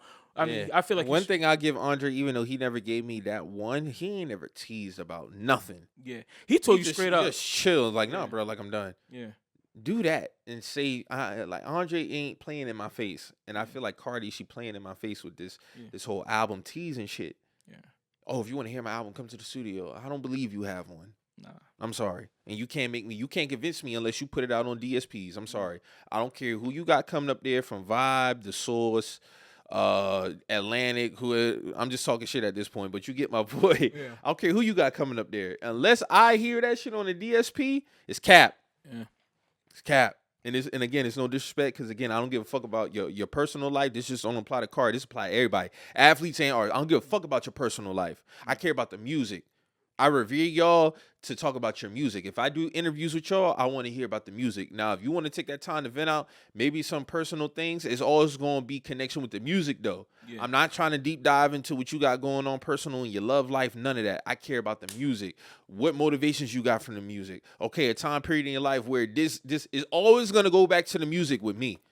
So don't ever get this shit twisted like I got anything personal against any of you rappers, any of you athletes. I'm always going to take it back to what you do. That's what it's always going to be with me. It's always going to go back to what you do. I don't give a fuck about you going to no club, your experience with this, who you had going on with this, and all. What is this road going to take us back to this basketball court or this football field or this music shit? Because if it's not, I don't give a fuck about it. Yeah. So when it involves the music, I'm going to ask the questions necessary as to why you probably not performing at the level that I review you to be performing at and expect you to be performing at. Yeah. Because that's why I put you there. And then with sports, some things I will give leeway with, because some things the numbers can't show. Some things the numbers, that's facts. You can't see. But that's also, now I think about it, that's also the kind of same thing in music. Because once you said impact and culture, back then we weren't looking at numbers to dictate culture or impact. We dictate what we saw. We only really heard it from a rapper talking shit on the verse. We saw from what we saw. Multi-platinum, double platinum, da-da-da-da. Yeah, that's it. We saw from when we walked outside, or when we was at school, when we was outside. What was niggas listening to? What was people listening to? When cars radio. Drove by. Radio. What cars was listening to? If you went to a club, what was the club playing? That's how we used to dictate culture. We never dictated culture through streaming numbers. And I feel like that's where the game really got fucked up. Mm-hmm. I feel like because back then we didn't use that to dictate culture. I still don't think we do now. I think it's just a more of a talking point now because we got people like academics and shit like that. And this no knock on Act. Act does what he does in his lane very well. Mm-hmm. But I don't think that's I don't think that's really clouding it. I think you still gonna have those genuine conversations. Get it? The streaming numbers do matter. Numbers do matter in a certain light. You get what I'm saying? Because I'm not gonna act like us as a culture. We didn't want to get certain numbers. Yeah, true. A lot of the rappers wanted to hit certain numbers. True. Game said it. Drake said it. Wayne even said it. Like, a lot of rappers. I remember Wayne said, man, I remember when I put the Carter 1 out, I was worried about if niggas gonna fuck with this shit. He said that. You get what I'm saying? This is Wayne saying this. But you got to think, what about all those artists that we knew who were affecting things that didn't have big numbers? That's facts. Look at somebody like, I'll put Gucci Man, for instance, bro. Yeah. Gucci Man took Gucci. And Nas one of them ones too. He never really cared about numbers. And honestly, to an extent, Hove didn't really. We never really judged Hove off numbers. No. To an extent, Hove was braggadocious early in his career, but when we get into that Blueprint phase, that was just kind of him just popping shit for popping shit. Yeah, it wasn't really an importance for him. That just came with it at that point with him. Yeah, facts. It just came with it because Hove came out the gates confident. You got to think, this is a nigga who got told no multiple times prior to Reasonable Doubt. Yeah, he got told no multiple. All right, so they said, fuck it, we gonna do our own company. We gonna put our own shit. Eventually, they got in bed with Def Jam. You know, they was business partners, 50-50 deal. Mm-hmm. But Hove always carried that confidence prior to getting signed. True. That's why Reasonable Doubt sounded the way that it did, because of that confidence is a major factor too. Yeah. And maybe she may be lacking some confidence as far as, you know, this album and this music shit. It could be. Yeah. Because when you confident, bro, you don't care if you fall flat on your face 5 times. You're going to put something out. Mm-hmm. That's what I'm saying. But you know what I'm saying? Confidence. But if you love the music, you're always going to do it. You're always going to do it. You're always going to have that confidence. Whatever your craft is, you're going to continue to do it. Like, shout out my nigga Scotty. Scotty always going to post a reel with his art. He don't care what the numbers say. He always, Scott, you know, you probably follow Scotty. Scotty, he posts consistently. Mm-hmm. You know, when you scroll, you're going to see something from Scotty. Yeah. He's just going to put but that's an artist putting his art out for the world to see. Yeah. He don't care what the comments say. He don't care what the likes say. He don't care if he get 3 likes versus 20 likes. He going to put his shit out. And that's kind of how you got to carry your craft. Like, even with me, same shit. Like, you just got to continue to put out. You do podcasts. You love podcasts. Put out an episode every week. Yeah. Put it out. Yeah, don't hold back, man. Don't hold out. That's it. You just put your shit out. People fuck with it. They fuck with it. Mm-hmm. Like, you get what I'm saying? Like, you can't worry about the ones who either was on, they fall by the, you just keep on doing it because I don't give a fuck about no money. And that's not to say money is not important. Don't get it wrong. If it makes sense if somebody come along, they want to do some shit, it got to make sense. Yeah. I ain't going to turn down no money. Oh, no, I'm too good for the money. No, it's not about that. I started out doing it for no money. Yeah. So what the fuck I'm going to stop now for? And I'm damn near 8 years in. It don't make sense. Yeah. And then especially if somebody was actually but like, damn, Mike, why you stop potting? I never got paid. Dog, you was doing it 8 years, not paid. That don't make sense. Yeah, you might as well. You might as well. You get what I'm saying? I done came this far. I done put way more money than anything. This is probably the most money I ever put into something more than anything else in my life. I done put more money into this podcast than I did my own house. This is real shit. Damn. So, I mean, you dedicated. You get what I'm saying? Like, I done put more bread into this than, like, this. I put more money into this podcast than I did down payment for my house. This is real shit. This is all facts. That means, like I said, but you love this shit. You get what I'm saying? So, at the end of the day, you love it. You'll be doing this for free. I do this shit for free, my nigga. I've been doing it for free for years. I continue to do this shit for free for a lifetime. Yeah. As long as I'm on this earth, y'all gonna get a podcast episode from me. You get what I'm saying? Because that's just what it was. I came out the womb from my mom having a passion and love to talk about sports and music. I'm gonna continue to do this. I remember when I was a little kid, real shit. I'd be like, man, yeah, shit. I need to be on Mike and Mike, or I need to be on PTI, or I need to be on. I don't gotta do that shit no more. I can do this shit on my own. You get what I'm saying? I don't gotta go through those avenues to do that shit. So with music, football, baseball, basketball, whatever it is that you gotta art, whatever the case may be. I know when Scotty been drawing as long as I known this nigga, bro. The first time I saw his artwork, he did a Marlins hat for the South Beach 8 LeBrons that came out. Yeah. He did a Marlins hat. He remixed that shit. But like, damn, who did that? Oh, Scotty, he played football at Ocean. That's what Scotty loved to do. Yeah. Great artist. Sensitive about his shit too, rightfully so. Yeah. You get what I'm saying? All of us have a little bit of sensitivity to our shit. Yeah, of course, because what you like for me, all into it. Yeah. Like for me with my shit, if somebody was to critique my shit, I'm not gonna crash out. You get what I'm saying? Maybe I can sit back and review certain shit. Oh, yeah, maybe I got, I can clean that up. Stop using that word so much. Whatever the case may be. But at the end of the day, it's all about levels. Yeah. You get what I'm saying? Everybody got a certain level. But what I notice is is some of their sensitivity come with a sense of entitlement, as if you can't say nothing. Yeah. That's the shit I don't like. Yeah. You're gonna sound like, oh, I'm not gonna tell somebody, oh, you ain't never podcast. Who the fuck are you to tell me how I should do my shit? No, my nigga, that's a listener. Yeah. You get what I'm saying? If anything, he's trying to do something to help you. You get what I'm saying? Like, Yeah. I'm a listener. I'm a consumer. I'm telling you, like, something's not sounding right here. You get what I'm saying? Like, oh, maybe you can do, like, bro, everything when you put it out for the world, it's free fucking game. Yeah. That's what comes with anything. You put it out for the world, it's fair criticism. Yeah. You can't always take it personal. You get what I'm saying? And a lot of people, due to maybe their fan base, you get what I'm saying? They're devoid of that because they had their fan base to put up that guard for them. Yeah. Like, nah, you ain't gonna do that. Da, da, da, da. And it gives them, oh, I've got here now. Who are you? They always get to that point. Yeah. Now it's the money talk. Oh, who are you? What are you doing? It don't matter what I'm doing. Then the I'm telling you, regardless if you got $1 million or $1, this album ain't it. Yeah. But if I say this is the greatest album ever and I'm a homeless nigga, oh, I'm all knowing. Yeah. And I'm going to always continue to preach that point because it's bullshit and I hate it. Yeah. When I praise your album, I'm all knowing. When I praise your performance on the basketball court, I'm all knowing. When I praise your performance on the football field, I'm all knowing. But the moment I critique some shit is, you ain't never played. Who the fuck are you? Yeah. Well, goddamn, bro, I just gave you your. Yeah. Now all of a sudden, I don't know nothing. Ain't that a bitch? And then you always gonna have the stands.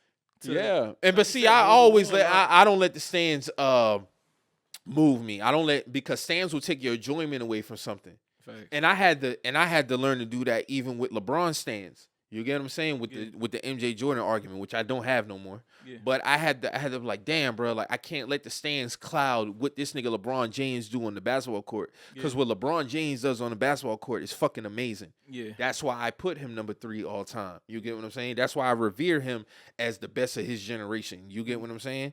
Like, that's why I look at him the way that I look at him. You get what I'm saying? I'm not going to let the stands cloud my judgment of that athlete or that rapper or that entertainer. You can't do it because if you let the stands get in there, you be like, oh, you're gonna look at that person different. Yeah. You can't let the stands allow you to cloud your judgment of that person and what they do. Because then you're gonna be just like them. You just on the opposite side. Yeah. And you don't want to be that. Yeah, just hating everything that You're they just love. hating all they doing. You get what I'm saying? Because I used to have this thing, but like, bruh, you know what? I want to see this thing go down just off the strength of his fans. More so playful, but that's kind of whack. You get what I'm saying? Yeah. And I always fuck with LeBron James. You get what I'm saying? Always. The stands would more so bother me in terms of the MJ argument because it always came from a place. I'm not trying to change your mind, so don't try to change my mind and don't insert no lies about what that man did because I saw what this man did. Yeah. You get what I'm saying? I'm not going to tell no lies about what LeBron James did on the court. Yeah. I'm going to tell what happened and what happened. How you interpret that is how you interpret that. It's a fact that LeBron James got 4 rings. Yeah. It's a fact that he folded in the 2011 finals. It's a fact that he came back from a 3-1. But here's the thing, Mike. We were alive to see all of this. And we seen LeBron James' career from game 1 against the Kings up until now. It be niggas who don't be seeing this shit who be having to say, bro. I just found out a nigga that I've been arguing with LeBron with for damn near 2-3 years now. He just said he started watching LeBron when he got to Miami. That's text messages and breath I can't get back. All right. I didn't really start watching LeBron until he got to Miami. All right, bro. So what the fuck I been doing all this time, my nigga? You're not getting no more LeBron convos. That's what I'm saying, bro. You know what I'm saying? Like, and when I say LeBron convos, I'm talking about in the context of that, I don't care who you like. I don't give a fuck who you like. LeBron James is one of the greatest basketball players of all time. And it's a fact that man he exceeded expectations. Yeah. You get what I'm saying? LeBron was cemented for me damn near after his second ring. That Cleveland shit was brownies on top for me. Monumental shit. Yeah. But he been cemented to me prior to that. I ain't gonna lie, he was cemented to me in 2007 when he took down the Pistons, bro. You get what I'm saying? When he beat like them, I was like, oh, this that was his one. it's here moment for me. Yeah, he the one. And I still say that's LeBron's greatest performance because of the context around it. On the road. Game 5 in Detroit. You scored the last 28 points for your team. And also, you took down a formidable. This is a powerhouse. This is the powerhouse. This is the same Pistons. These niggas trying to go back to the finals again. You know what I'm saying? This is not no slouch ass team, my nigga. This is this is one of the best teams to come out of the East in a very long time. So for him to go take them down, I was like, oh yeah, He is what And then 2012 Game 6 versus Celtics, that was like, oh my god. Game 7, he took that shit. That's when I really saw LeBron. Like I saw him when he beat the Pistons, but when I saw him take down the Celtics in that Game 7, I'm like, there's no stopping this. That Game 6 though, prior, because I swore that series was over. I'm like, there's no way they going to Boston and winning that game. Nah, LeBron dropped 40. Because them boy got smacked that Game 6. 45 and 15, bro. Them boys smacked the Celtics, smoked them out the gates. LeBron wasn't losing that game. Yeah. Game 7, they handled their business, but Game 6, that's the one. Yeah. That's the one. It was like, yeah, his legacy was somewhat on the line that game. Yeah. You remember when they lost that Game 5? What the convo was like? Oh, LeBron, everybody was saying it's like it's over. It's over. The Heat. They got to fire Spoelstra. Yeah. They got to do something. That Game 6 turned it on. Game 7 turned into another monster. That was it, bro. And it's just like, at the end of the day, I wish Cardi the best. I hope her and Joe can one day come to a agreement that, this is what Joe already said. He's never speaking on anything she has going on ever again. I understand it. I get it. Yeah. Because you get there with certain points. And, it got to feel different when you're somewhat directly connected on that level as a podcaster, as somebody in media who can get shoulder to shoulder with some of these people. It got to be a different feeling. Because I'm going to tell you, bro, if I was to ever get to that level, I promise you we're not going to have no long drawn out conversations. Yeah. Because I've been doing this for 8 years in that mental state. You're not going to move me off mine to get me. I got to wake up and always got to have a back and forth with somebody about what the fuck I said. No. Yeah, that's a dime. If you want to have a conversation in person, we can do that. We're not doing it over the internet. Yeah. Because I get it. Joe, I thought Joe was going to turn up. Joe was like, you know what? I'm tired, but I can understand it. Joe almost been in podcasts for 10 years now. You get it? You probably get to a point where you're just like, you know what? You got it. Yeah, just leave it where it is. I will never speak on what you got going on ever again. God bless. You get to that point with certain shit. It's like you get fed up with a woman in a relationship. Hey, bro, like, I'm tired of fucking arguing, bro. Yeah. It's over. It's it. You go do your thing, I do my thing. Yeah. Because I still have to come back here and record the next day. I'm not gonna come in here and just always my mental. Like you fucking up my energy, my nigga. I still got a show I gotta put out for my fans. And Joe record twice a week. Yeah. You get what I'm saying? Like, I don't got time to be doing all this, and it's a consistent thing. Mm-hmm. Just like you when I was having back and forth with Buddy from Griselda. Yeah. I'm not gonna say his name. Yeah. You get what I'm saying? Like you get to a certain point when it's like, hey, bro, like you got it. Yeah. You coming to find my tweets when I said, I won't say shit. Because y'all boy been going after, they was damn near 2 years. You get what I'm saying? I'm not going to say shit, bro. You going at dog for 2 years. And I wasn't even going, I'm just like, bro, I just don't like dog music. And I kept it at the music. It was nothing personal, but he took it personal. So you know what I do? If dog drop shit, you hear it, Mo talk about it. Yeah. I got nothing to say. Yeah.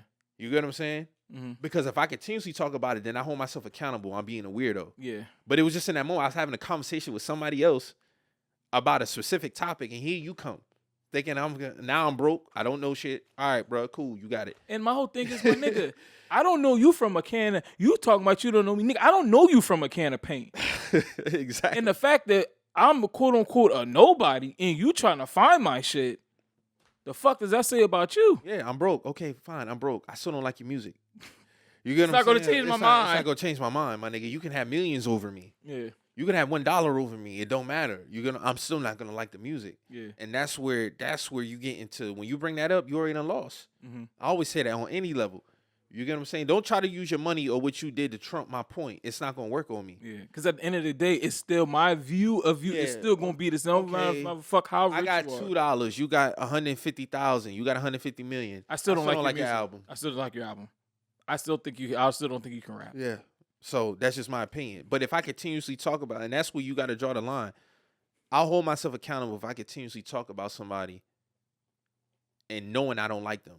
That's being a weirdo. Yeah. I don't do that. Yeah. If I say I don't like something, I'm not even going to listen to it. After a certain amount of times, I'm not even going to judge your shit. I'm not going to say nothing about it because that's me being fair in my stance. Yeah. But if I'm continuously talking about you and I know I don't like you, now I'm being a weirdo. Yeah. We got to address that. Yeah. You're only going to get 1 or maybe 2 out of me. Then that's it. You're going to leave it alone. Mm-hmm. But hopefully Joe and Cardi, they can get to a point where it's like, hey, bro, like, maybe y'all could do a sit down and really put this shit to bed. But it's not wrong to ask for an album after 6 years. It's not. 2018, a lot of them happened since 2018. You trending towards 10-year mark. And I ain't gonna hold you. That's one hot album every 10-year average, and that's so You already know what that is. But my thing I ain't is, gotta say it. Y'all can finish the lyrics. But my thing is, that is also like I said, they could like on some Lauryn Hill shit. Like Lauryn Hill gave us she gave us Fuji's The Score, but first she gave us and then she gave us Miseducation of Lauryn Hill. And that album is a like I said, that's All-timer. all timer with substance. Invasion of Privacy is not that. It's a great album with some hits, but that album is not good. Like, Lauryn Hill album, is if people want to, you could put it in that category of one of those one and dones that people don't, they can hold up to that. You might people have the conversations with that. With Invasion of Privacy, it's not that. Yeah. It's not that. So I'm moving on, man. You watch The Boys? No, I ain't. You ain't never watched The Boys? You I never never got watched to. Okay, so we ain't got to talk about it. But shout out to The Boys having another great finale. Next season will be the last season, unfortunately. Damn, so they only doing 4 seasons? 5. 5? Okay, well, that's not bad. Yeah, 5. This would be the last season. Would be season 5. But shout out to y'all for a great finale. Invincible. That's how you do a fucking finale. I still ain't watched them last 4 episodes yet because they pissed me off the way they split up that season like that. And the next season ain't gonna be out till like 2026. Whatever the fuck they man. Fuck them. Got me all gassed up. That was a great show out the gates, but all this, you feeding me appetizers, nigga. No, Just stop doing that. You chopping up the fucking steak, nigga. yeah.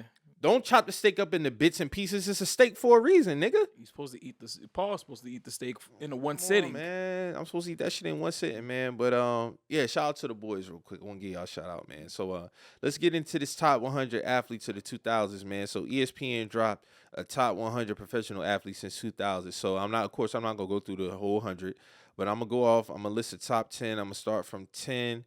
Matter of fact, I'm gonna go 25 because I have an issue with 25 out the rip. So number 25, we got Floyd Mayweather. 24, Albert Pujols. 23, Kevin Garnett. 22, Sidney Crosby. 21, we had Diana Taurasi. 20, Aaron Donald. 19, Lewis Hamilton. 18, Patrick Mahomes. 17, Shaquille O'Neal. 16, Tim Duncan. 15, Katie Ledecky. 14, Steph Curry. 13, Cristiano Ronaldo. 12, Rafael Nadal. Number 11, Novak Djokovic. Number 10, Kobe Bryant. Number 9, Usain Bolt. Number 8, Tiger Woods. Number 7, Simone Biles. Number 6, Roger Federer. Number 5, Tom Brady. Number 4, LeBron James. Number 3, Lionel Messi. Number 2, Serena Williams. Number 1, Michael Phelps. All right, so Some notables. We had Ed Reed and Charles Woodson coming at 100 and 99. I have a big issue with that. Dirk Nowitzki was 41. Giannis 42. Some other notables. Steve Nash 51. Some other notables. Candace Parker 60. Ray Lewis 61. they got my boy Randy Moss at. Randy Moss. Hold on. James Harden was 67. Jason Kidd made the list at 69. I have no problem with that. Jason Kidd, his 2000 to 2004. Bernard Hopkins 78. Fire. Kawhi Leonard came in at 85. That's kind of surprising for a nigga. For Kawhi Leonard, no offense. That's surprising. Ronaldinho, the soccer player, legendary, 94. I thought he was higher. Darrell Reeves, 95.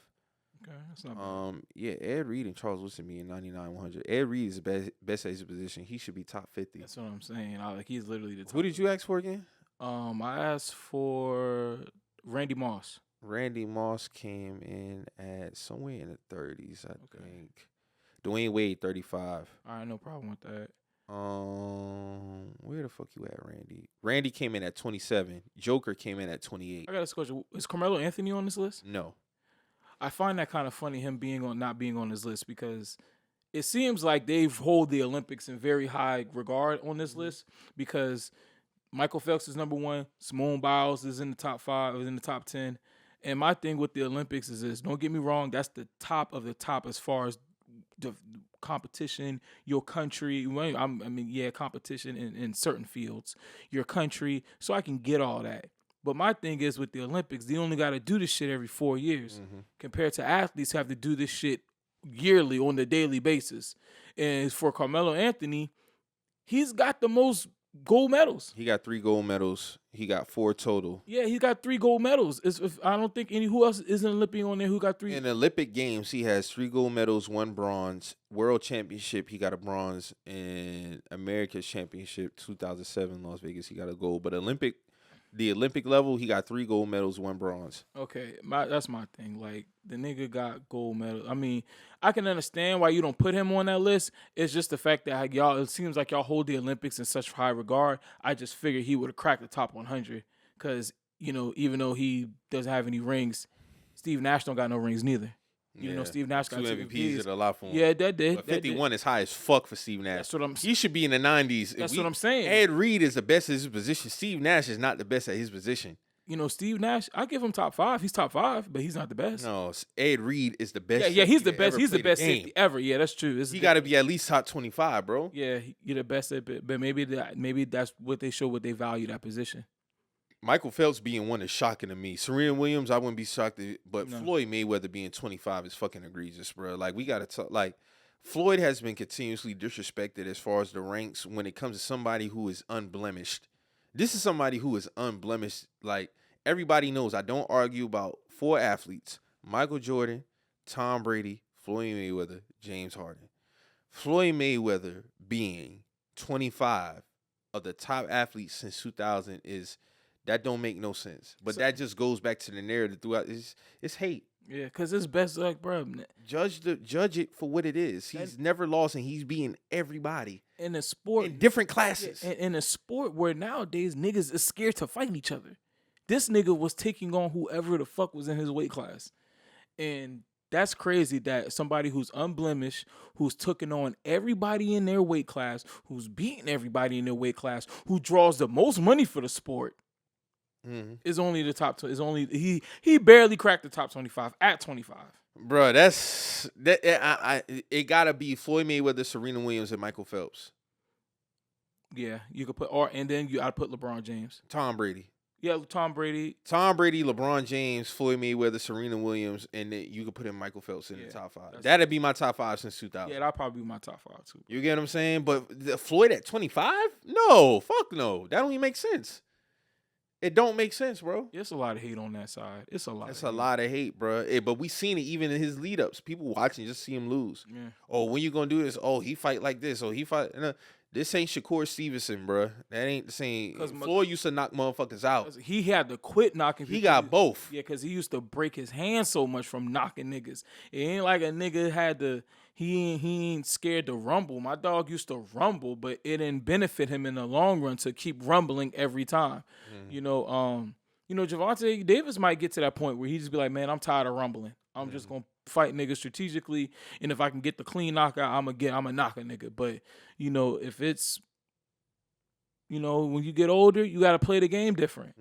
And as Floyd matured, he played the game different, which is smart on his end because there's a lot of niggas who were older and didn't play the game different, and their record reflected that as they got older, they lost more fights because they did not change the way they fought.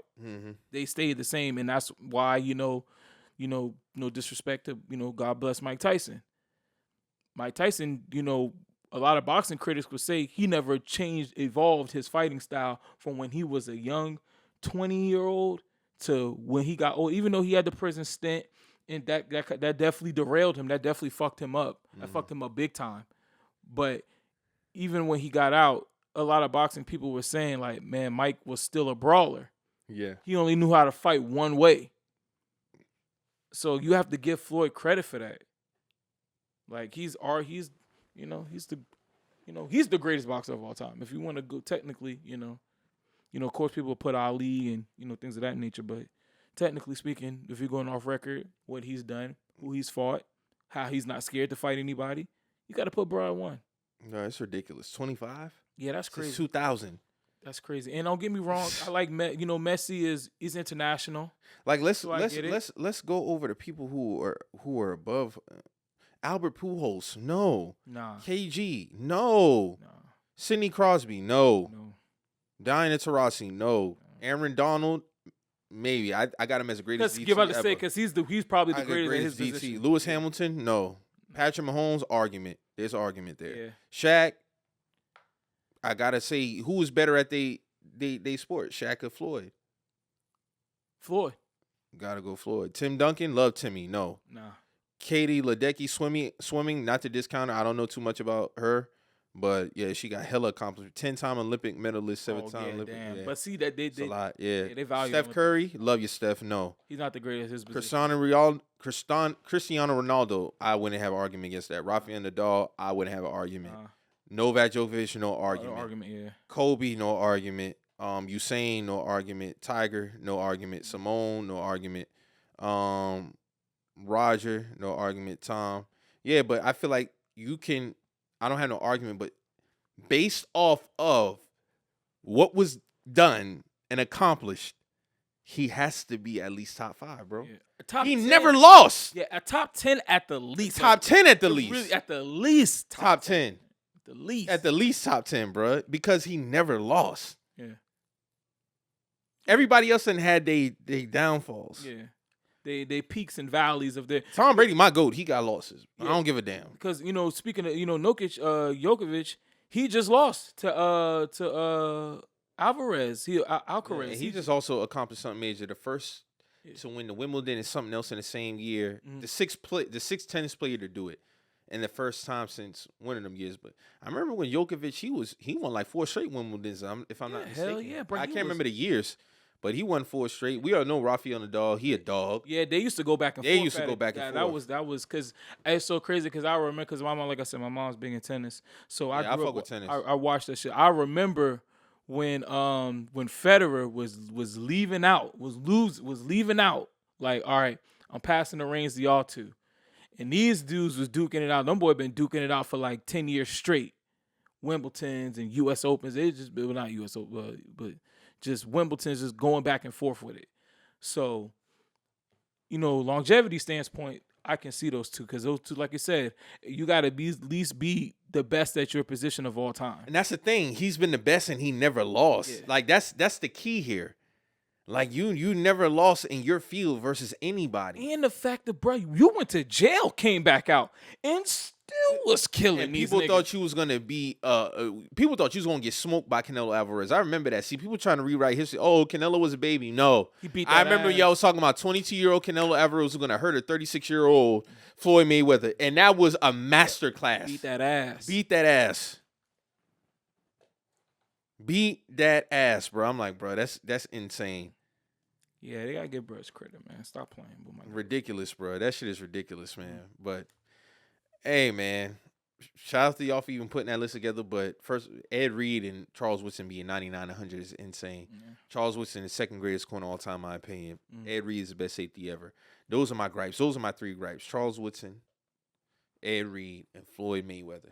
That's 99 for Ed Reed. Come on, bro. Ain't since 2000, ain't 98 athletes better than Ed Reed all time, bro. Talking about gold jacket, first ballot. Come on, bro. Ronnie Lott stamped this motherfucker, bro. Yeah. As the GOAT. Can't beat that. And and I have no problem with Mahomes because I think that's yeah, he's gonna trend into different waters very soon. Yeah. He already second greatest quarterback all time for me. Yeah. That was submitted after not this last Super Bowl, the one versus the Eagles. Yeah. That one. But this one here, this playoff run he just had. Playoff games on the road in the divisional AFC Championship game and doing what he did in the Super Bowl, like, come on, bro. There's nothing more Pat got to do. Pat just getting brownie points at this point. It's a LeBron effect, man. I think, like I said. And I wouldn't argue nobody who one day will put Patrick Mahomes as the GREAT. But don't try to change my mind on that man from Boston, Massachusetts. Tom Brady is a fucking GOAT. Yeah, number 12. And I had him as a GOAT since 2007. 12. He didn't have to win another motherfucking ring.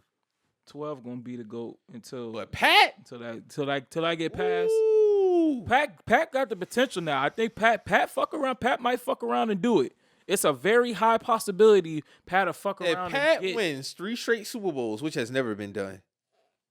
Gotta put him in. That's something you can't say that you done, Tom. Tom's never done that. But at the end of the day, Tom got 8 of them things. 7? Okay. Well, Mahomes, if Mahomes string off, what would be real crazy if Mahomes string off 3, maybe lose 1 or not get there, and then string off another 3. Who else do it back to back 2 times in a row? I mean 3 times in a row. We ain't seen too many three-peats, bro, in any sport. And, Lakers did it. Jordan did it. that shit is rare. Now that you Rare. think about it, that shit rare as It's fuck. very rare. It's very rare, bro. Like, that shit ain't easy to do. Even going back to back is hard. Back-to-back in football is very That's hard. damn near impossible. You damn near, because you depend on a lot of players to stay healthy, and then so much shit changed on a season-to-season basis, bro. Like, you more prone not to go back Yeah, versus back-to-back. Yeah, you're more prone. The thing is, You more prone to missing the playoffs than winning back-to-back Super Bowls. and that's the thing with football. That's why when you get there, you gotta win. Yeah, because you're It's hard to get back. very hard. It's harder to get back in football than it is in And basketball. the 49ers can't seem to get over the hump. They've been going back to the Super Bowl since 2019. This is their second one. They can't get over the hump, bro. I think they'll get one eventually because they're just such a great team. They'll always be contenders. I think they're going back, I mean, barring any serious injuries. and then they're in the NFC, so the NFC ain't it's not as I mean, just simple put, it's not as tough as the AFC. The AFC is the toughest conference between the two, and it's going to be a battle. But the AFC, the toughest conference, but it's like I said, the LeBron effect. That's the toughest conference, but one man That's always why coming out Lamar that Jackson dropped the fucking ball last year, and I see y'all niggas still trying to get this nigga someone past. You keep doing this Josh Allen shit, bro. Listen, we see the numbers, we see the tape. Lamar Jackson numbers in the playoffs they're bad. Yeah. Josh Allen got great numbers in the playoffs. He just don't got the win outcome. But the thing with Josh Allen, Had Lamar bad. Jackson balled out in the AFC Championship game, I wouldn't have shit to say about him. He played bad. yeah, he did. He played bad. He played bad. He didn't use it. He played bad, and I mean honestly, that Zay Flowers turned after Zay Flowers fumble. But they still had opportunity, bro. Yeah. You realize the Chiefs didn't score nothing in the second half. Yeah. The Ravens shut them out. Your defense shut them out the whole second half. You couldn't get nothing, not a thing. The fumble was huge, but you still had an opportunity 2 drives after that. True. You couldn't do shit. Patrick Mahomes, he made the necessary throws necessary to, close the game because he wasn't crazy, but he made the plays. Lamar Jackson, bro, like, you got to step it up, my nigga. And Lamar thing is Home field advantage, you ain't getting that again. But the thing with bro is people tell him he is in his mind of like, oh, I need to be a pocket quarterback in these certain situations. No, nigga, do what you do best. Here's my thing. Run. You can do both. You can do both. It's all about Yeah, situational awareness, my nigga. True. I seen this nigga take a sack in the AFC Championship game at a certain point. Nigga, use a clock in your head. The max time you get in the pocket in the NFL is 3 seconds. Yeah. That's great. 3. After that, nigga, make a move, nigga. One Mississippi. This nigga got sacked when he didn't have to get sacked, dancing Yeah. on a 3rd down. Like, my nigga, then he threw the lame duck in the end zone. Yeah. You got 3 defenders around your tight end. Why would you throw that? It's situational. This situational, like Lamar Jackson, he's an MVP. He's a great quarterback, but y'all got to stop babying this nigga because he for the quote-unquote culture. That's what y'all do with these culture teams and these culture players, my nigga. Like, no. The culture never wins, bro. He's not better than Josh Allen, in my opinion. I'm sorry. He's top 5. But you had home field advantage. You had Patrick Mahomes on the road for the first time in a long time. Pat had never been on the road prior to that divisional game versus the Bills, which they should have won. Stephon Diggs, you fucked that shit up. Yeah, he fucked that. But Lamar Jackson, man, like, yeah, bro. Niggas keep talking, oh, this is the best roster. I seen RG3, oh, this is the best. He had his best roster last year, nigga, with home field advantage. Still lost. You telling me I'm supposed to be moved now because they got Derrick Henry? And They ain't got no receivers still. And no offense to Derrick Henry. Derrick Henry is. This is not Derrick Henry from 2017, 20. Yeah, he's still very good. He's though. still good, but that's not the same. But Derrick Henry. Marcus, they was the number 1 rushing offensive team last year. Rushing is not your fucking problem. It's you scoring the ball through the air. Yeah. What are y'all gonna do to capitalize and get these points? Because I don't find it possible this season for y'all to get home field advantage again. Damn, you don't think so? Patrick Mahomes, y'all had Patrick Mahomes on the road. I mean, they could do This it was again. his least talented team that he won a Super Bowl with. And went on the road in 2 crucial playoff games and did it. Man, some people just. His number 1 receiver was Rasheed Rice. But dog. But some people. Tyreek Hill been gone. You're about to say, yeah, that should be. You still got Kelsey, of course, but from a receiver standpoint, this is least talented team, bro. A lot of injuries. Yeah. Hey, y'all let this man come out with back-to-back Super Bowls. But they was killing the boy in the run game, though. Yeah, but guess what? Who got the ring? Pat. All right. Yeah. Versus the 49ers, another great team. Mm. You get what I'm saying? Like Lamar Jackson, you just gotta put it together, man. You gotta stop babying this shit, man. But the San Francisco put together a great team though last year. I talk mad shit about them, but they had a good team. A great team, bro. We'll see. That's all I can say. We'll see. Yeah, bro. I mean, more than likely, y'all probably gonna collide again. Yeah. So USA basketball, we had our exhibitions against Canada. Whipped that ass. Of course. Serbia whipped that ass. Canada, they just smoked France. So you know what that mean? We gonna smoke France ass. Yeah, and I'm just ready to. Rachel Nooker said something about those days of just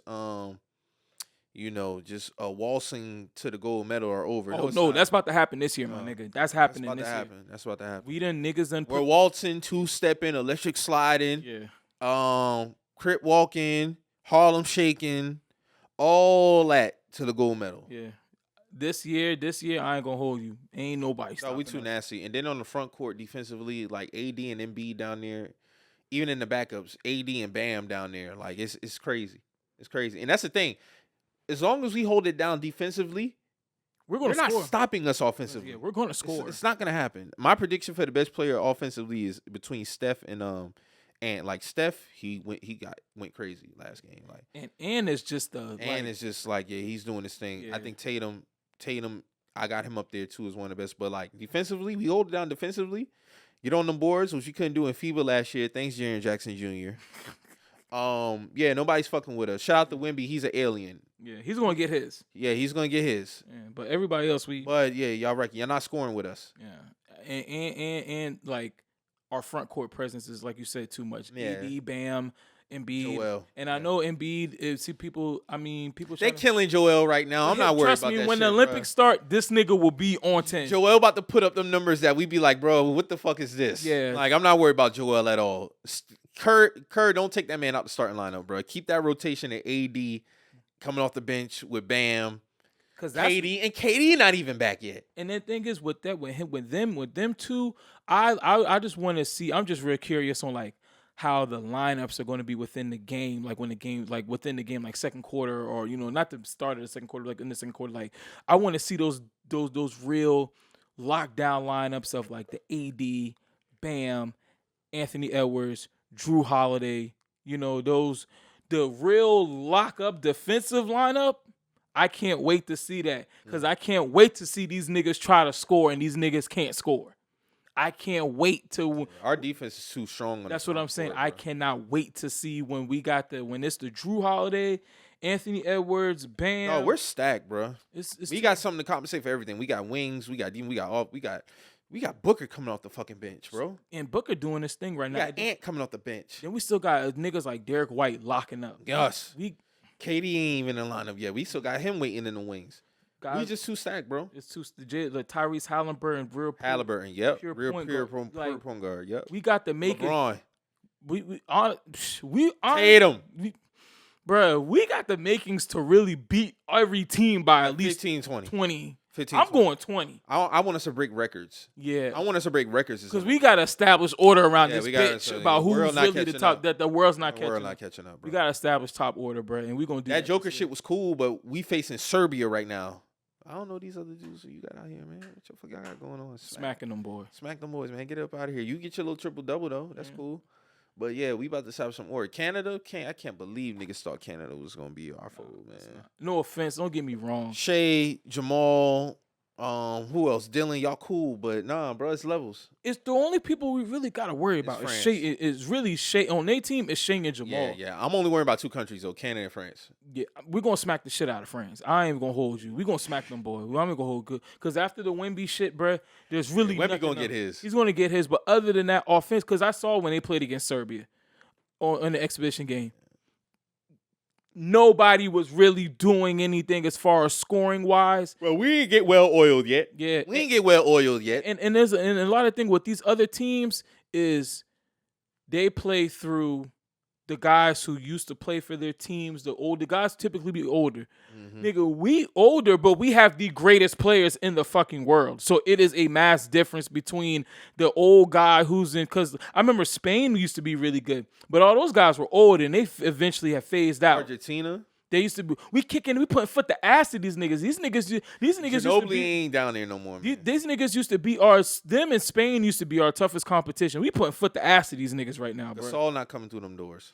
Neither of them, Mark or Paul. Nah, they ain't coming through them doors. So you know what I'm saying? Y'all niggas can have. We still was getting gold medals. We ain't won. We won gold for 20 years. Last time we won gold was last time we didn't win gold was 04. We won bronze. And ever since then, Ever since then, it's been up. It's been up. I ain't gonna hold you. The only real close we had 2008 was close. The last year 2021. Yeah, Wade closed that game out. Yeah, 2021 was close. But all the other 2021 was close. Yeah, we watched them. Everywhere else we beat their ass. Shout out to KD and Dame for that. No, Booker and KD really. Yeah, they that saved one, us. 2021. Yeah, they got us through. Yeah, that was against. That final was against France, I think. Patty Mills was on that team. Nah, Patty Mills plays for Australia. I forgot. Oh, I think that final was Australia, bro. Yeah, it might have been Australia then. It might have been. I think Australia. they got through. I think they got through that year. Mm-hmm. So yeah, man, we gonna run this shit up. We gonna get this goal. Yeah, we waltzing through that motherfucker, Rachel. I don't care what you talking about. Yeah. We waltzing through that motherfucker. All black team, by the way. All black. Yes. All black. There hasn't been a white NBA player on the Olympic team since '96. That was John Stockton. You go look this up. It's been all black players since. Unless Kevin Love sneaked up in there somewhere. Nah, I he don't was think FIBA. Kevin Love. He was FIBA. He Okay. won the Olympic. He won the Olympic team. All right. FIBA team. So let's be Black Americans. Black Americans. Let me get my diplomatic gear ready. I'm serious. Yeah. Black Americans. Sure. Don't get it fucked up. We still run this basketball shit. Y'all can have that other shit. But basketball, we run it. And then honestly, again, I didn't know we was dominating the gold medals like that in the Olympic Games. Every year we dominate the overall medal count. Word, okay. We dominate the overall medal count. I didn't know that. We got the most gold medals all time. I think the only thing we might have smoke for that people gonna have smoke for us is the track and field. Man, even Noah Lyles, I heard been wrecking shit. Okay. But yeah, track and field, I charge that to the Jamaicans. Y'all can have that. Yeah. That's cool. Yeah. But outside of that, overall, we're the best, man. Shout out to Sha'Carri Richardson, man. She gonna hold that shit down for Yeah, us, man. Yeah, man. And I think Noah now, even though he said some bullshit, with our basketball team last year, I ain't had like that shit. He doing this thing in track and field. So, yeah, man, I'm interested to see, man. So we got anything else, man? If we get up out of here, man, Nah, man, I'm feeling good, man. Yeah, everybody just enjoy your Saturday, man. Just, be cool. If you got anything you want to accomplish, just know you can go out there and do that shit, bro. Ain't nobody stopping you. That's facts, bro. That's facts, man. So if you hear anything on the show to get you in your feelings, you feel some type of way, always remember, we're just messengers. We out.